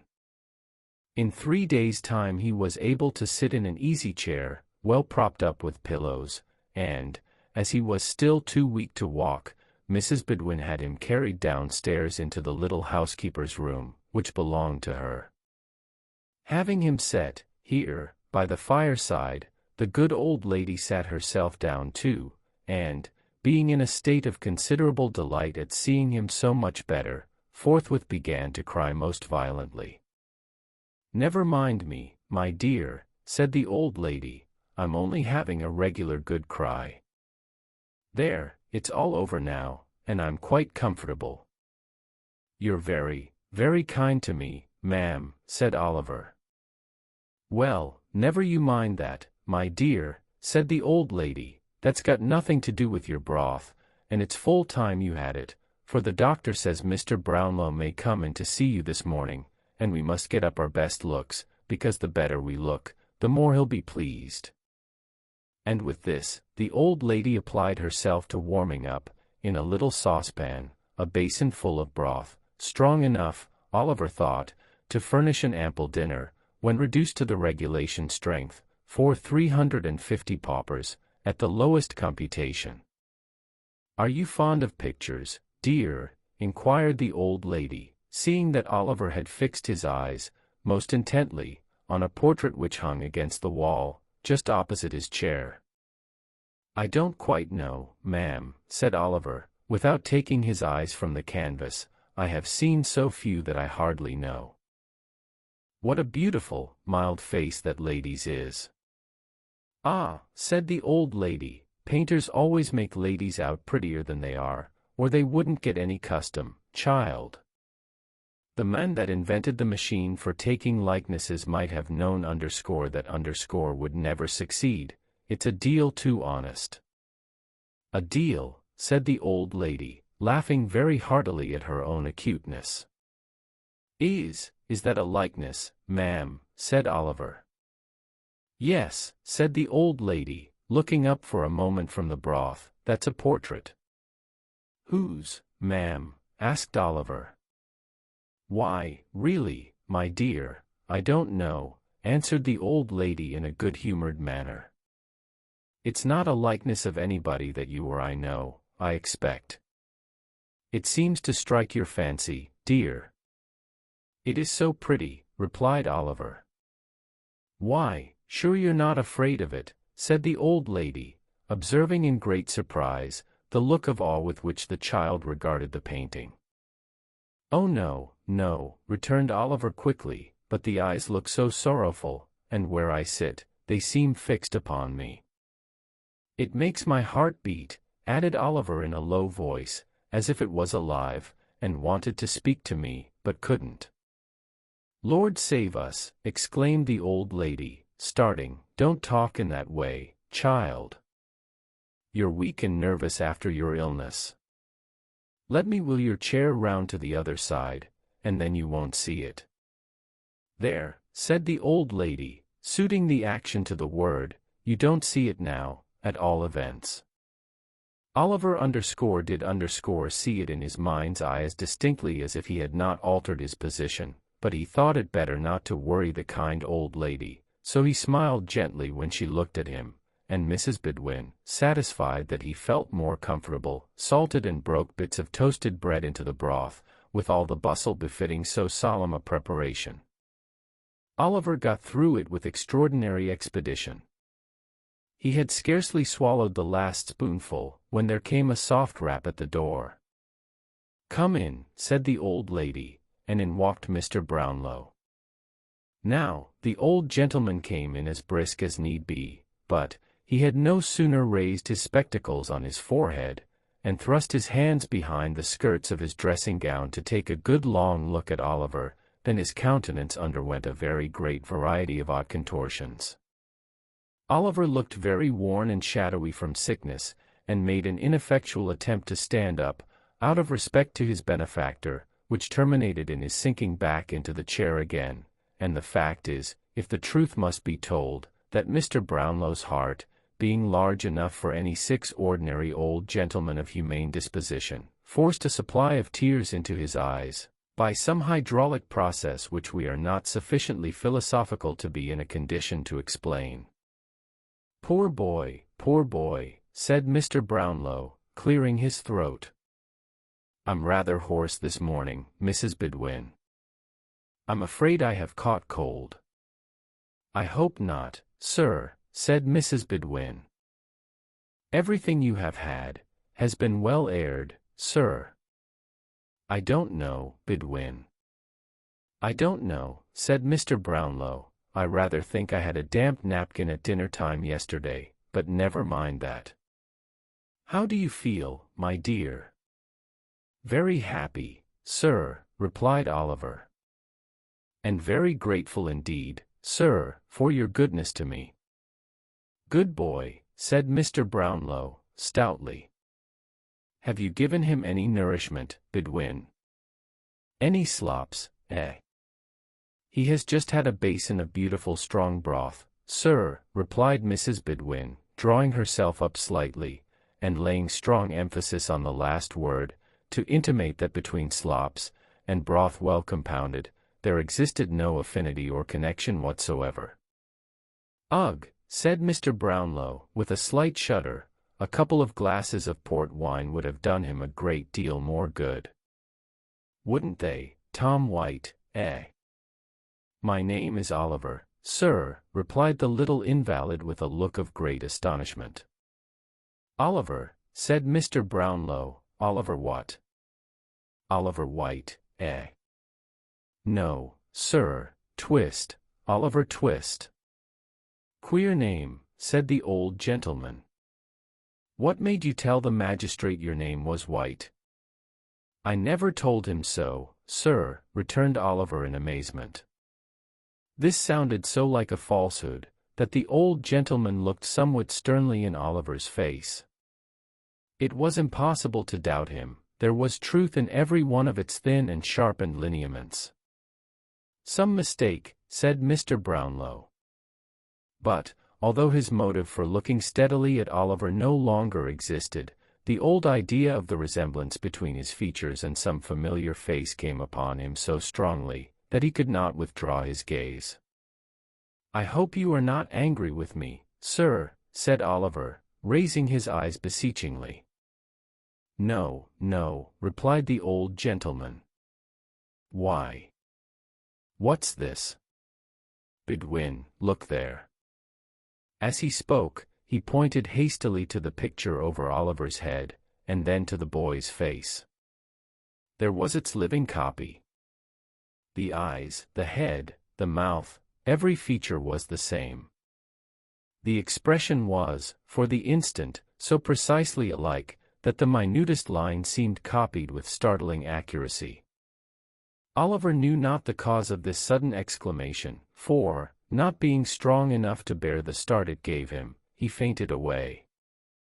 A weakness on his part, which affords the narrative an opportunity of relieving the reader from suspense, in behalf of the 2 young pupils of the merry old gentleman, and of recording that when the Dodger, and his accomplished friend Master Bates, joined in the hue and cry which was raised at Oliver's heels, in consequence of their executing an illegal conveyance of Mr. Brownlow's personal property, as has been already described, they were actuated by a very laudable and becoming regard for themselves, and forasmuch as the freedom of the subject and the liberty of the individual are among the first and proudest boasts of a true-hearted Englishman, so, I need hardly beg the reader to observe, that this action should tend to exalt them in the opinion of all public and patriotic men, in almost as great a degree as this strong proof of their anxiety for their own preservation and safety goes to corroborate and confirm the little code of laws which certain profound and sound-judging philosophers have laid down as the mainsprings of all nature's deeds and actions, the said philosophers very wisely reducing the good lady's proceedings to matters of maxim and theory, and, by a very neat and pretty compliment to her exalted wisdom and understanding, putting entirely out of sight any considerations of heart, or generous impulse and feeling. For, these are matters totally beneath a female who is acknowledged by universal admission to be far above the numerous little foibles and weaknesses of her sex.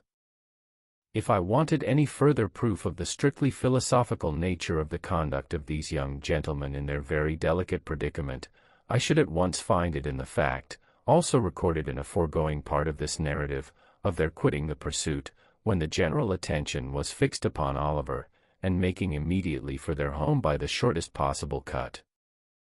Although I do not mean to assert that it is usually the practice of renowned and learned sages, to shorten the road to any great conclusion, their course indeed being rather to lengthen the distance, by various circumlocutions and discursive staggerings, like unto those in which drunken men under the pressure of a too mighty flow of ideas, are prone to indulge, still, I do mean to say, and do say distinctly, that it is the invariable practice of many mighty philosophers, in carrying out their theories, to evince great wisdom and foresight in providing against every possible contingency which can be supposed at all likely to affect themselves. Thus, to do a great right, you may do a little wrong, and you may take any means which the end to be attained will justify, the amount of the right, or the amount of the wrong, or indeed the distinction between the two, being left entirely to the philosopher concerned, to be settled and determined by his clear, comprehensive, and impartial view of his own particular case. It was not until the two boys had scoured, with great rapidity, through a most intricate maze of narrow streets and courts, that they ventured to halt beneath a low and dark archway. Having remained silent here, just long enough to recover breath to speak, Master Bates uttered an exclamation of amusement and delight, and, bursting into an uncontrollable fit of laughter, flung himself upon a doorstep, and rolled thereon in a transport of mirth. "What's the matter?" inquired the Dodger. "Ha! Ha! Ha!" roared Charlie Bates. "Hold your noise," remonstrated the Dodger, looking cautiously round. "Do you want to be grabbed, stupid?" "I can't help it," said Charlie, "I can't help it."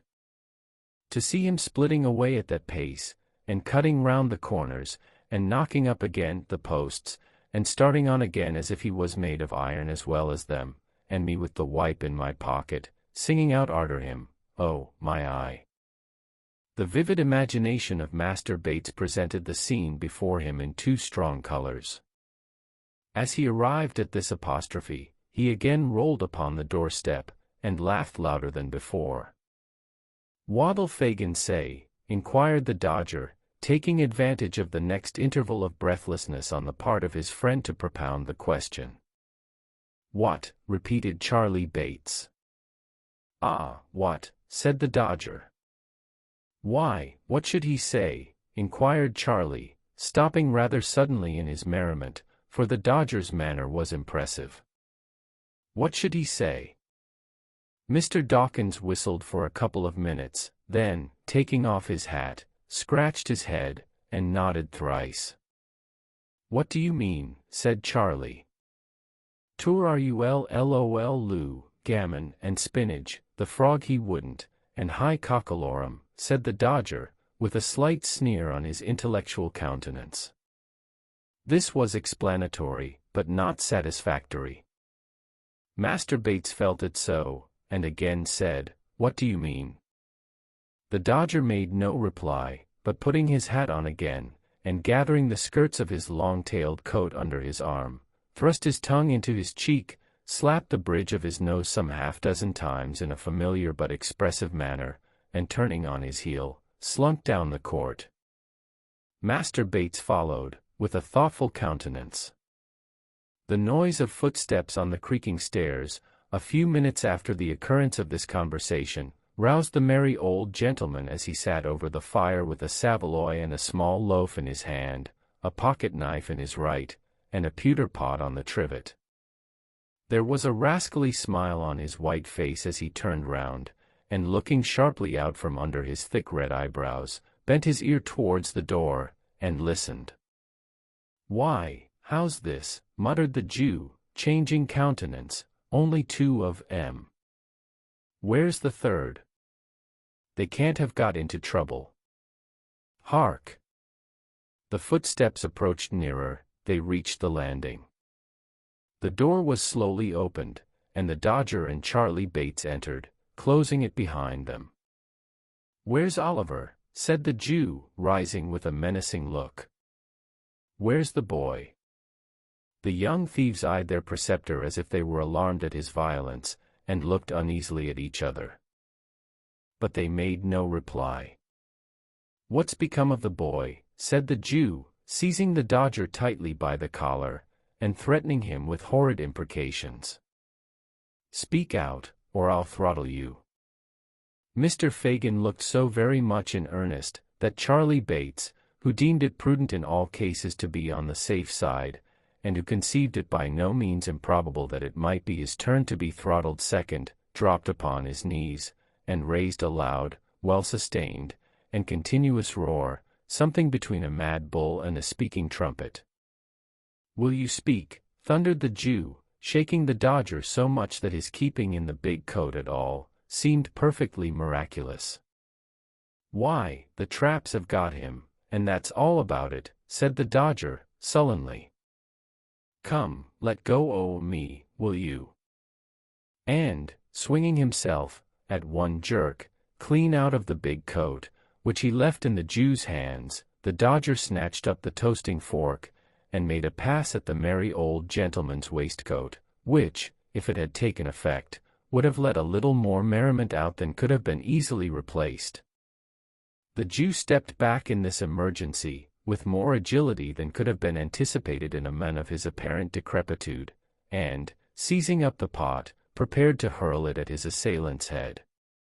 But Charlie Bates, at this moment, calling his attention by a perfectly terrific howl, he suddenly altered its destination, and flung it full at that young gentleman. "Why, what the blazes is in the wind now?" growled a deep voice. "Who pitched that air at me?" It's the beer, and not the pot, as hit me, or I'd have settled somebody. I might have knowed, as nobody but an infernal, rich, plundering, thundering old Jew could afford to throw away any drink but water, and not that, unless he done the river company every quarter. What's it all about, Fagin? Me, if my neck-handkercher ain't lined with beer. Come in, you sneaking warmint, what are you stopping outside for, as if you was ashamed of your master? Come in."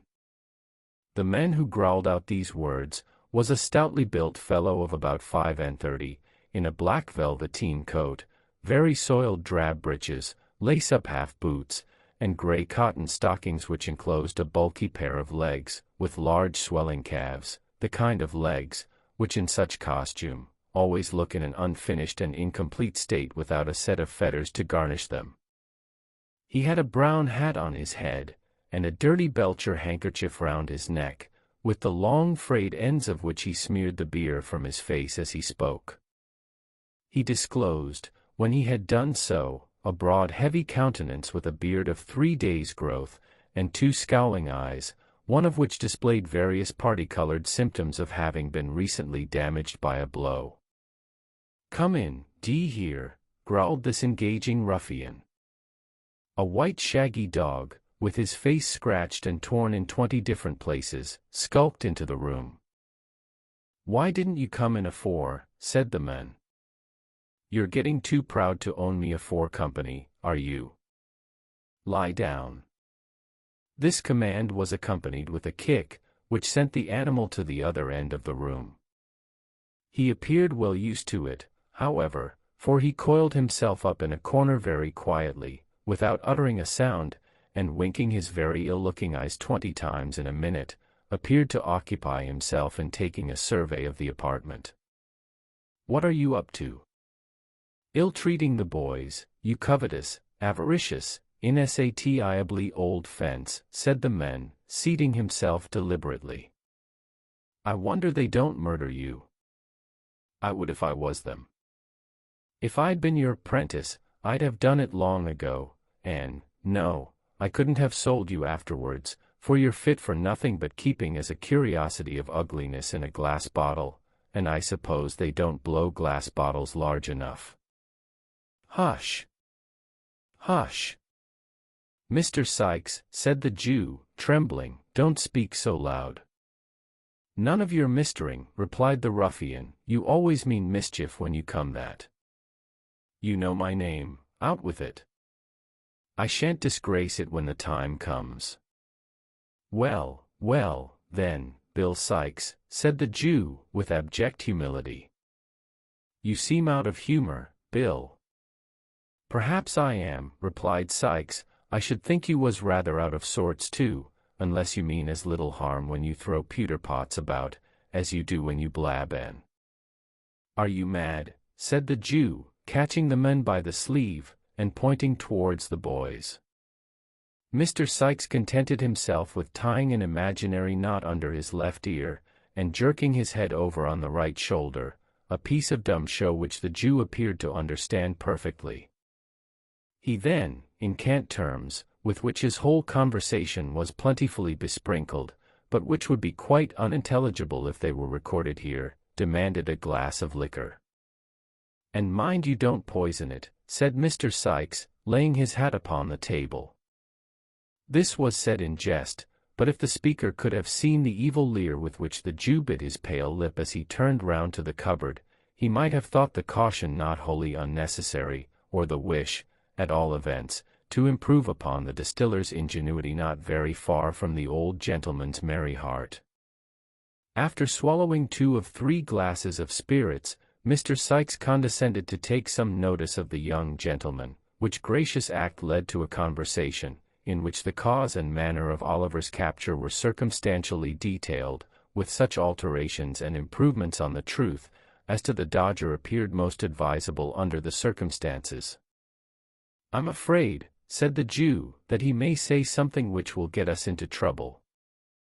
"That's very likely," returned Sikes with a malicious grin. "You're blowed upon, Fagin."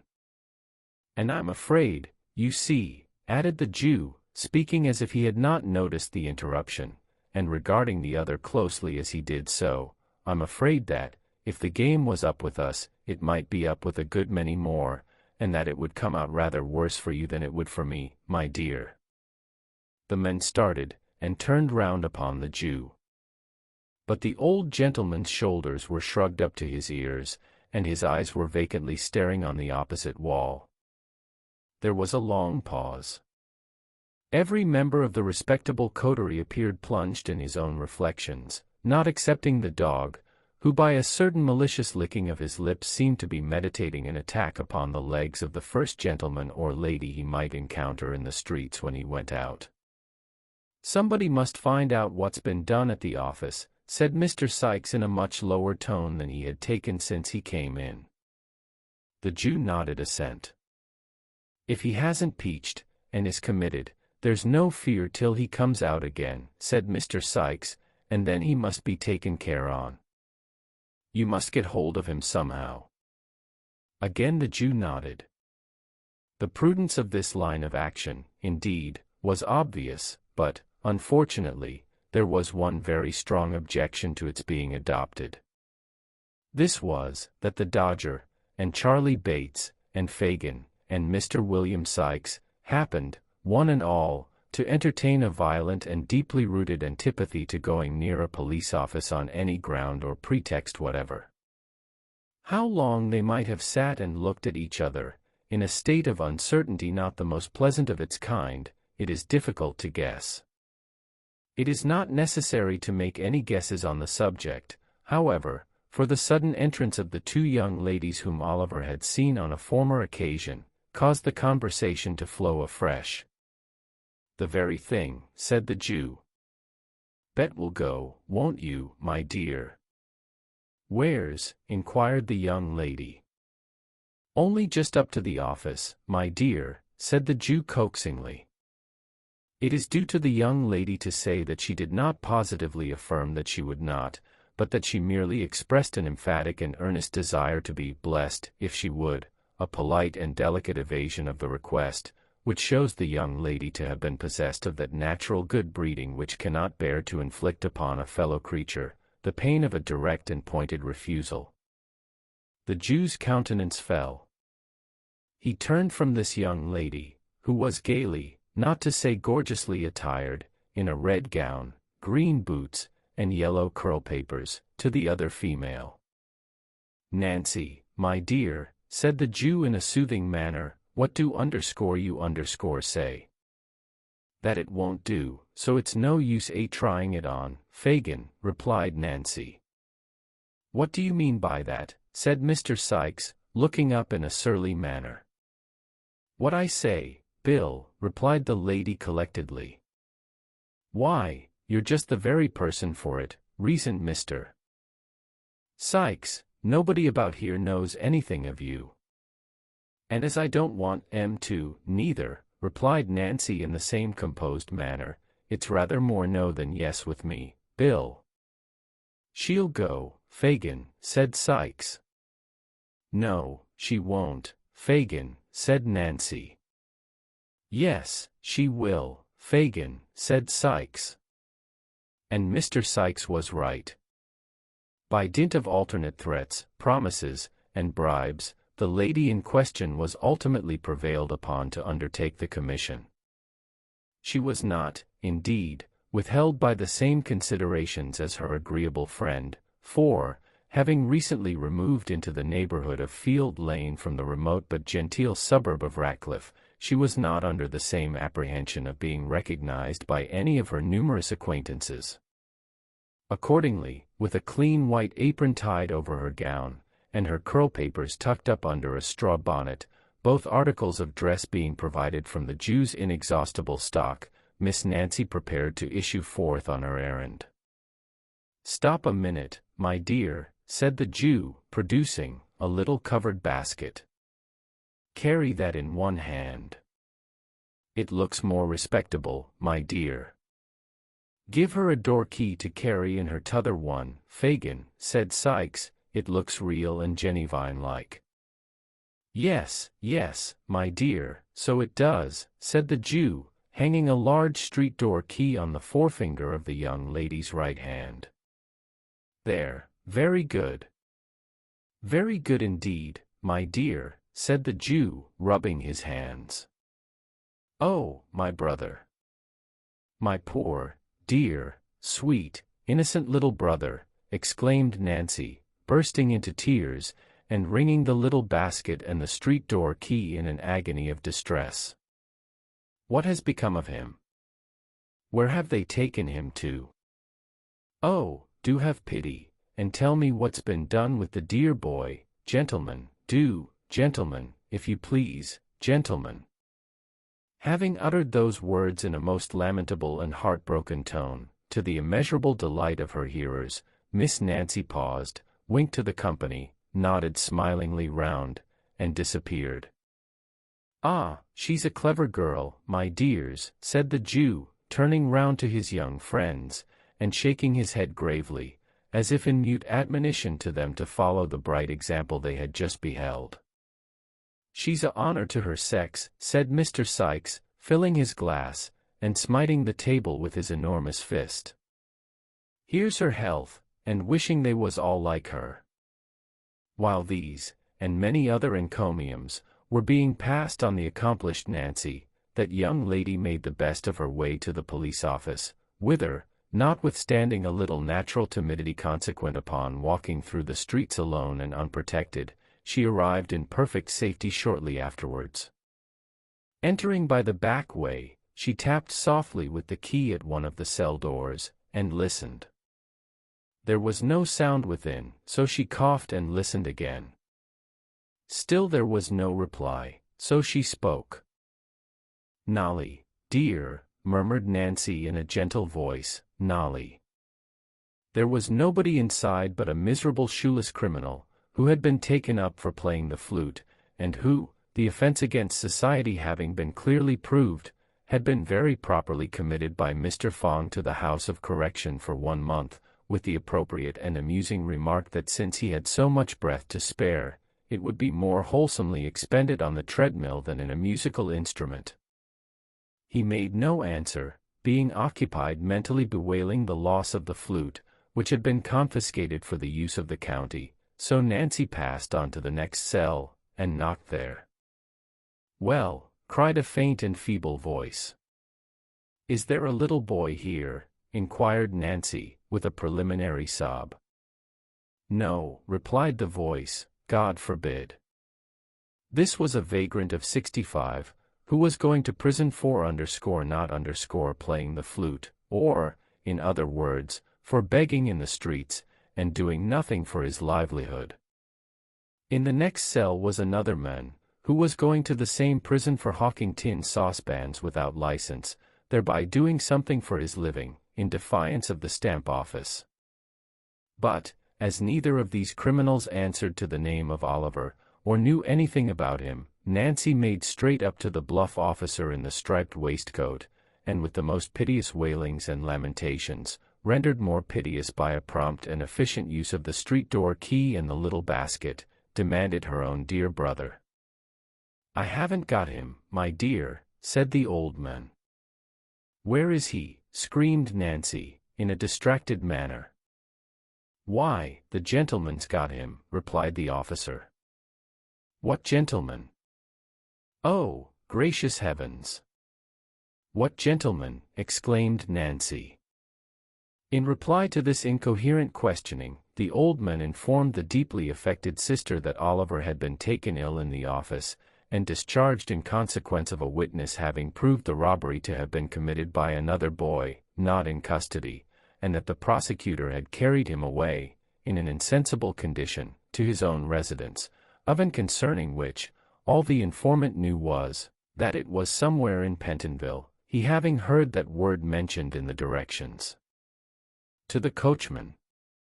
In a dreadful state of doubt and uncertainty, the agonized young woman staggered to the gate, and then, exchanging her faltering walk for a swift run, returned by the most devious and complicated route she could think of, to the domicile of the Jew.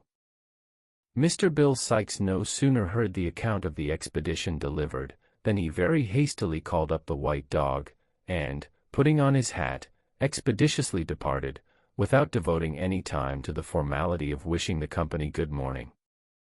"We must know where he is, my dears, he must be found," said the Jew greatly excited. "Charlie, do nothing but skulk about, till you bring home some news of him. Nancy, my dear, I must have him found. I trust to you, my dear, to you and the artful for everything. Stay, added the Jew, unlocking a drawer with a shaking hand, there's money, my dears. I shall shut up this shop tonight. You'll know where to find me. Don't stop here a minute. Not an instant, my dears." With these words, he pushed them from the room, and carefully double-locking and barring the door behind them, drew from its place of concealment the box which he had unintentionally disclosed to Oliver. Then, he hastily proceeded to dispose the watches and jewelry beneath his clothing. A rap at the door startled him in this occupation. "Who's there?" he cried in a shrill tone. "Me," replied the voice of the Dodger, through the keyhole. "What now?" cried the Jew impatiently. "Is he to be kidnapped to the other Ken, Nancy says?" inquired the Dodger. "Yes," replied the Jew, "wherever she lays hands on him. Find him out, that's all." I shall know what to do next, never fear." The boy murmured a reply of intelligence, and hurried downstairs after his companions. "He has not peached so far," said the Jew as he pursued his occupation. "If he means to blab us among his new friends, we may stop his mouth yet." Oliver, soon recovering from the fainting fit into which Mr. Brownlow's abrupt exclamation had thrown him, the subject of the picture was carefully avoided, both by the old gentleman and Mrs. Bidwin, in the conversation that ensued, which indeed bore no reference to Oliver's history or prospects, but was confined to such topics as might amuse without exciting him. He was still too weak to get up to breakfast, but, when he came down into the housekeeper's room next day, his first act was to cast an eager glance at the wall, in the hope of again looking on the face of the beautiful lady. His expectations were disappointed, however, for the picture had been removed. "Ah," said the housekeeper, watching the direction of Oliver's eyes. "It is gone, you see." "I see it is, ma'am," replied Oliver. "Why have they taken it away?" "It has been taken down, child, because Mr. Brownlow said, that as it seemed to worry you, perhaps it might prevent your getting well, you know," rejoined the old lady. "Oh, no, indeed. It didn't worry me, ma'am," said Oliver. "I liked to see it. I quite loved it." "Well, well," said the old lady, good-humoredly, "you get well as fast as ever you can, dear, and it shall be hung up again. There. I promise you that. Now, let us talk about something else." This was all the information Oliver could obtain about the picture at that time. As the old lady had been so kind to him in his illness, he endeavored to think no more of the subject just then, so he listened attentively to a great many stories she told him, about an amiable and handsome daughter of hers, who was married to an amiable and handsome man, and lived in the country, and about a son, who was clerk to a merchant in the West Indies, and who was, also, such a good young man, and wrote such dutiful letters home 4 times a year, that it brought the tears into her eyes to talk about them. When the old lady had expatiated, a long time, on the excellences of her children, and the merits of her kind good husband besides, who had been dead and gone, poor dear soul, just 26 years, it was time to have tea. After tea she began to teach Oliver cribbage, which he learnt as quickly as she could teach, and at which game they played, with great interest and gravity, until it was time for the invalid to have some warm wine and water, with a slice of dry toast, and then to go cosily to bed. They were happy days, those of Oliver's recovery. Everything was so quiet, and neat, and orderly, everybody so kind and gentle, that after the noise and turbulence in the midst of which he had always lived, it seemed like heaven itself. He was no sooner strong enough to put his clothes on, properly, than Mr. Brownlow caused a complete new suit, and a new cap, and a new pair of shoes, to be provided for him. As Oliver was told that he might do what he liked with the old clothes, he gave them to a servant who had been very kind to him, and asked her to sell them to a Jew, and keep the money for herself. This she very readily did, and, as Oliver looked out of the parlor window, and saw the Jew roll them up in his bag and walk away, he felt quite delighted to think that they were safely gone, and that there was now no possible danger of his ever being able to wear them again. They were sad rags, to tell the truth, and Oliver had never had a new suit before. One evening, about a week after the affair of the picture, as he was sitting talking to Mrs. Bidwin, there came a message down from Mr. Brownlow, that if Oliver Twist felt pretty well, he should like to see him in his study, and talk to him a little while. "Bless us, and save us. Wash your hands, and let me part your hair nicely for you, child," said Mrs. Bidwin. "Dear heart alive! If we had known he would have asked for you, we would have put you a clean collar on, and made you as smart as sixpence." Oliver did as the old lady bade him, and, although she lamented grievously, meanwhile, that there was not even time to crimp the little frill that bordered his shirt collar. He looked so delicate and handsome, despite that important personal advantage, that she went so far as to say, looking at him with great complacency from head to foot, that she really didn't think it would have been possible, on the longest notice, to have made much difference in him for the better. Thus encouraged, Oliver tapped at the study door. On Mr. Brownlow calling to him to come in, he found himself in a little back room, quite full of books, with a window, looking into some pleasant little gardens. There was a table drawn up before the window, at which Mr. Brownlow was seated reading. When he saw Oliver, he pushed the book away from him, and told him to come near the table, and sit down. Oliver complied, marveling where the people could be found to read such a great number of books as seemed to be written to make the world wiser. Which is still a marvel to more experienced people than Oliver Twist, every day of their lives. "There are a good many books, are there not, my boy?" said Mr. Brownlow, observing the curiosity with which Oliver surveyed the shelves that reached from the floor to the ceiling. "A great number, sir," replied Oliver. "I never saw so many." "You shall read them, if you behave well," said the old gentleman kindly, "and you will like that, better than looking at the outsides, that is, some cases, because there are books of which the backs and covers are by far the best parts." "I suppose they are those heavy ones, sir," said Oliver, pointing to some large quartos, with a good deal of gilding about the binding. "Not always those," said the old gentleman, patting Oliver on the head, and smiling as he did so. "There are other equally heavy ones, though of a much smaller size. How should you like to grow up a clever man, and write books, eh?" "I think I would rather read them, sir," replied Oliver. "What? Wouldn't you like to be a book writer?" said the old gentleman. Oliver considered a little while, and at last said, he should think it would be a much better thing to be a bookseller, upon which the old gentleman laughed heartily, and declared he had said a very good thing. Which Oliver felt glad to have done, though he by no means knew what it was. "Well, well," said the old gentleman, composing his features. "Don't be afraid. We won't make an author of you, while there's an honest trade to be learnt, or brickmaking to turn to." "Thank you, sir," said Oliver. At the earnest manner of his reply, the old gentleman laughed again, and said something about a curious instinct, which Oliver, not understanding, paid no very great attention to.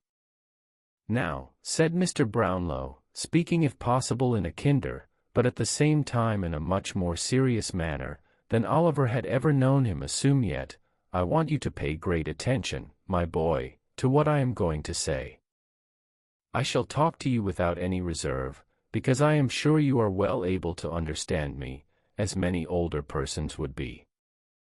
"Oh, don't tell you are going to send me away, sir, pray," exclaimed Oliver, alarmed at the serious tone of the old gentleman's commencement.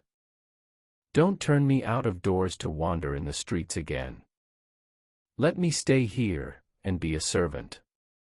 Don't send me back to the wretched place I came from.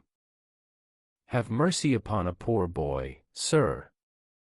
"My dear child," said the old gentleman, moved by the warmth of Oliver's sudden appeal, "you need not be afraid of my deserting you, unless you give me cause."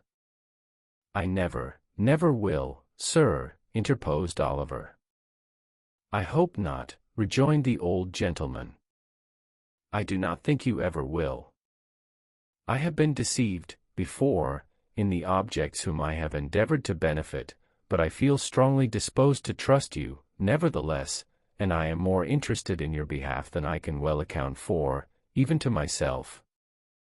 The persons on whom I have bestowed my dearest love, lie deep in their graves, but, although the happiness and delight of my life lie buried there too, I have not made a coffin of my heart, and sealed it up, forever, on my best affections.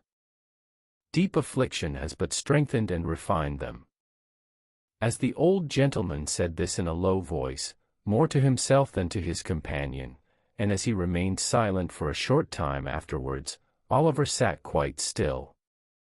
"Well, well," said the old gentleman at length, in a more cheerful tone, "I only say this, because you have a young heart, and knowing that I have suffered great pain and sorrow, you will be more careful, perhaps, not to wound me again. You say you are an orphan, without a friend in the world. All the inquiries I have been able to make confirm the statement. Let me hear your story, where you come from, who brought you up, and how you got into the company in which I found you. Speak the truth, and you shall not be friendless while I live." Oliver's sobs checked his utterance for some minutes, when he was on the point of beginning to relate how he had been brought up at the farm, and carried to the workhouse by Mr. Bumble. A peculiarly impatient little double knock was heard at the street door, and the servant, running upstairs, announced Mr. Grimwig.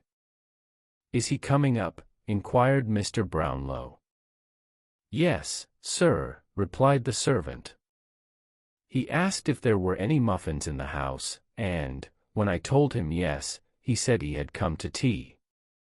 Mr. Brownlow smiled, and, turning to Oliver, said that Mr. Grimwig was an old friend of his, and he must not mind his being a little rough in his manners, for he was a worthy creature at bottom, as he had reason to know. "Shall I go downstairs, sir?" inquired Oliver. "No," replied Mr. Brownlow, "I would rather you remained here." At this moment, there walked into the room, supporting himself by a thick stick, a stout old gentleman, rather lame in one leg, who was dressed in a blue coat, striped waistcoat, nankeen breeches and gaiters, and a broad-brimmed white hat, with the sides turned up with green. A very small plaited shirt frill stuck out from his waistcoat, and a very long steel watch chain, with nothing but a key at the end, dangled loosely below it. The ends of his white neckerchief were twisted into a ball about the size of an orange. The variety of shapes into which his countenance was twisted defy description. He had a manner of screwing his head on one side when he spoke, and of looking out of the corners of his eyes at the same time, which irresistibly reminded the beholder of a parrot.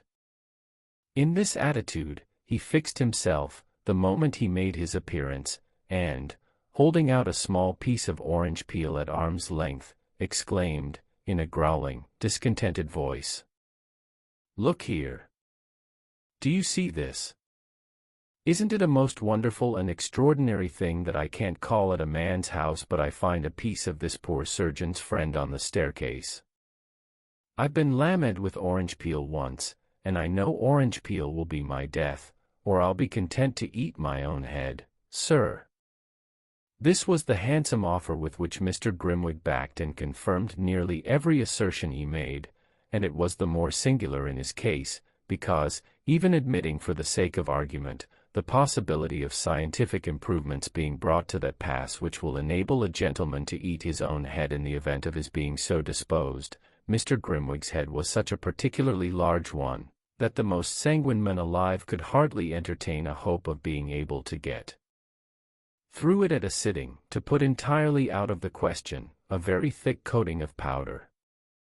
"I'll eat my head, sir," repeated Mr. Grimwig, striking his stick upon the ground. "Hullo! What's that?" looking at Oliver, and retreating a pace or two. "This is young Oliver Twist, whom we were speaking about," said Mr. Brownlow. Oliver bowed. "You don't mean to say that's the boy who had the fever, I hope," said Mr. Grimwig, recoiling a little more. "Wait a minute. Don't speak. Stop," continued Mr. Grimwig, abruptly, losing all dread of the fever in his triumph at the discovery. "That's the boy who had the orange. If that's not the boy, sir, who had the orange, and threw this bit of peel upon the staircase, I'll eat my head, and his too." "No, no, he has not had one," said Mr. Brownlow, laughing. "Come. Put down your hat, and speak to my young friend." "I feel strongly on this subject, sir," said the irritable old gentleman, drawing off his gloves. There's always more or less orange peel on the pavement in our street, and I _ it's put there by the surgeon's boy at the corner. A young woman stumbled over a bit last night, and fell against my garden railings. Directly she got up I saw her look towards his infernal red lamp with the pantomime light. Don't go to him, I called out of the window, he's an assassin. A man-trap. So he is. If he is not, here the irascible old gentleman gave a great knock on the ground with his stick, which was always understood, by his friends, to imply the customary offer, whenever it was not expressed in words. Then, still keeping his stick in his hand, he sat down, and, opening a double eyeglass, which he wore attached to a broad black riband, took a view of Oliver, who, seeing that he was the object of inspection, colored, and bowed again. "That's the boy, is it?" said Mr. Grimwig, at length. "That's the boy," replied Mr. Brownlow. "How are you, boy?" said Mr. Grimwig. "A great deal better, thank you, sir," replied Oliver. Mr. Brownlow, seeming to apprehend that his singular friend was about to say something disagreeable, asked Oliver to step downstairs and tell Mrs. Bidwin they were ready for tea, which, as he did not half like the visitor's manner, he was very happy to do. "He is a nice-looking boy, is he not?" inquired Mr. Brownlow. "I don't know," replied Mr. Grimwig, pettishly. "Don't know?" "No. I don't know. I never see any difference in boys. I only knew two sort of boys. Mealy boys, and beef-faced boys." "And which is Oliver?" "Mealy. I know a friend who has a beef-faced boy, a fine boy, they call him, with a round head, and red cheeks, and glaring eyes, a horrid boy, with a body and limbs that appear to be swelling out of the seams of his blue clothes, with the voice of a pilot, and the appetite of a wolf. I know him. The wretch." "Come," said Mr. Brownlow, "these are not the characteristics of young Oliver Twist, so he needn't excite your wrath." "They are not," replied Mr. Grimwig. "He may have worse." Here, Mr. Brownlow coughed impatiently, which appeared to afford Mr. Grimwig the most exquisite delight.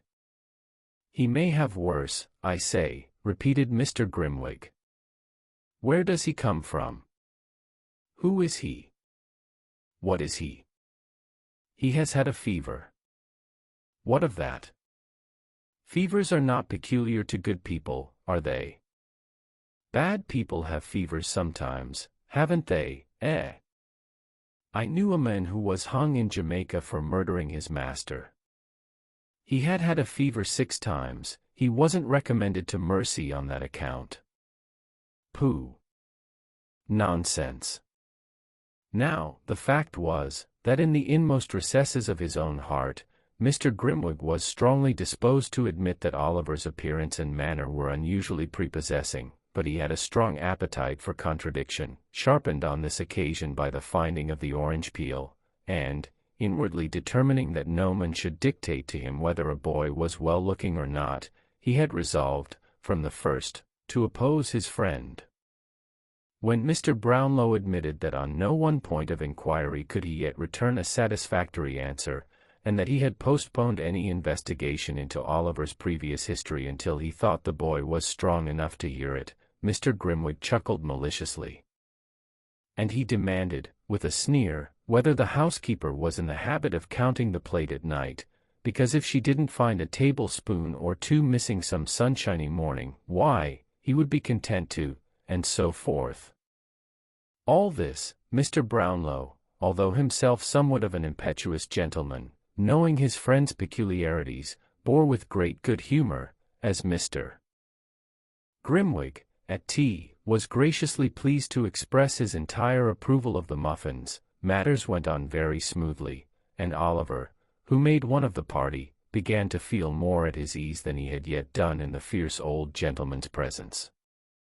"And when are you going to hear a full, true, and particular account of the life and adventures of Oliver Twist, asked Grimwig of Mr. Brownlow, at the conclusion of the meal, looking sideways at Oliver, as he resumed his subject. "Tomorrow morning," replied Mr. Brownlow. "I would rather he was alone with me at the time." "Come up to me tomorrow morning at 10 o'clock, my dear." "Yes, sir," replied Oliver. He answered with some hesitation, because he was confused by Mr. Grimwig's looking so hard at him.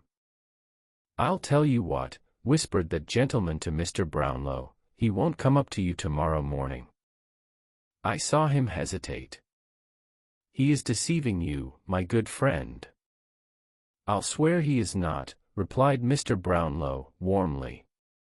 "If he is not," said Mr. Grimwig, "I'll," and down went the stick. "I'll answer for that boy's truth with my life," said Mr. Brownlow, knocking the table.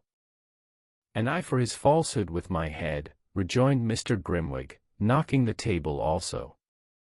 "We shall see," said Mr. Brownlow, checking his rising anger.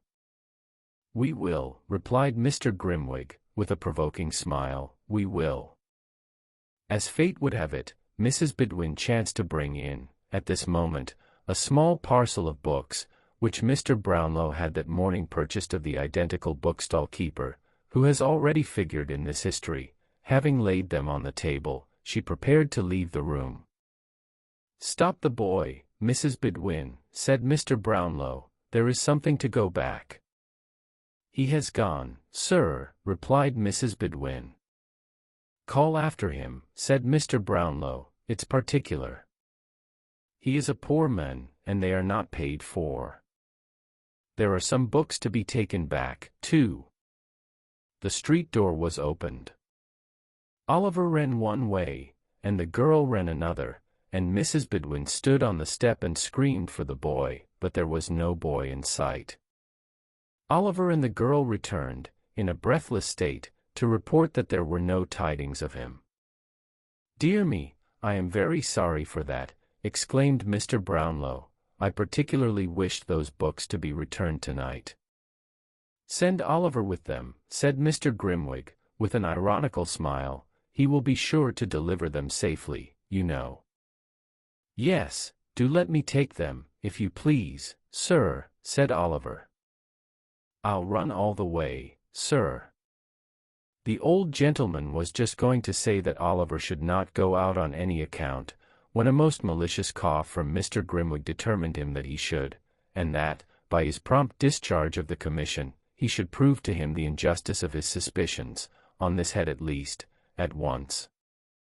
"You shall go, my dear," said the old gentleman. "The books are on a chair by my table. Fetch them down." Oliver, delighted to be of use, brought down the books under his arm in a great bustle, and waited, cap in hand, to hear what message he was to take. "You are to say," said Mr. Brownlow, glancing steadily at Grimwig, "you are to say that you have brought those books back, and that you have come to pay the £4.10 I owe him. This is a £5 note, so you will have to bring me back 10 shillings change." "I won't be 10 minutes, sir," said Oliver, eagerly.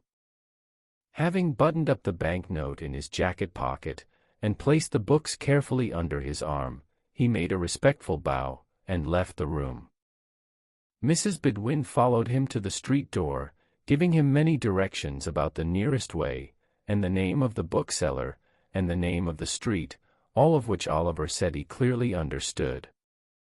Having superadded many injunctions to be sure and not take cold, the old lady at length permitted him to depart. "Bless his sweet face," said the old lady, looking after him. "I can't bear, somehow, to let him go out of my sight."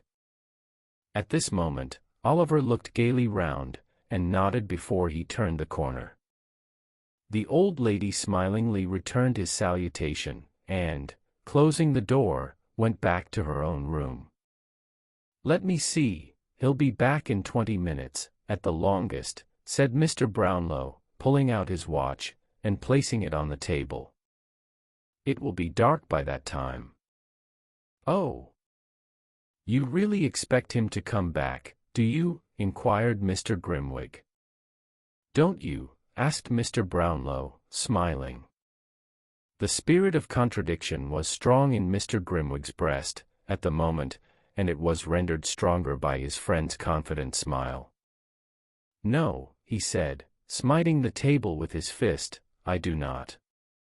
The boy has a new suit of clothes on his back, a set of valuable books under his arm, and a £5 note in his pocket.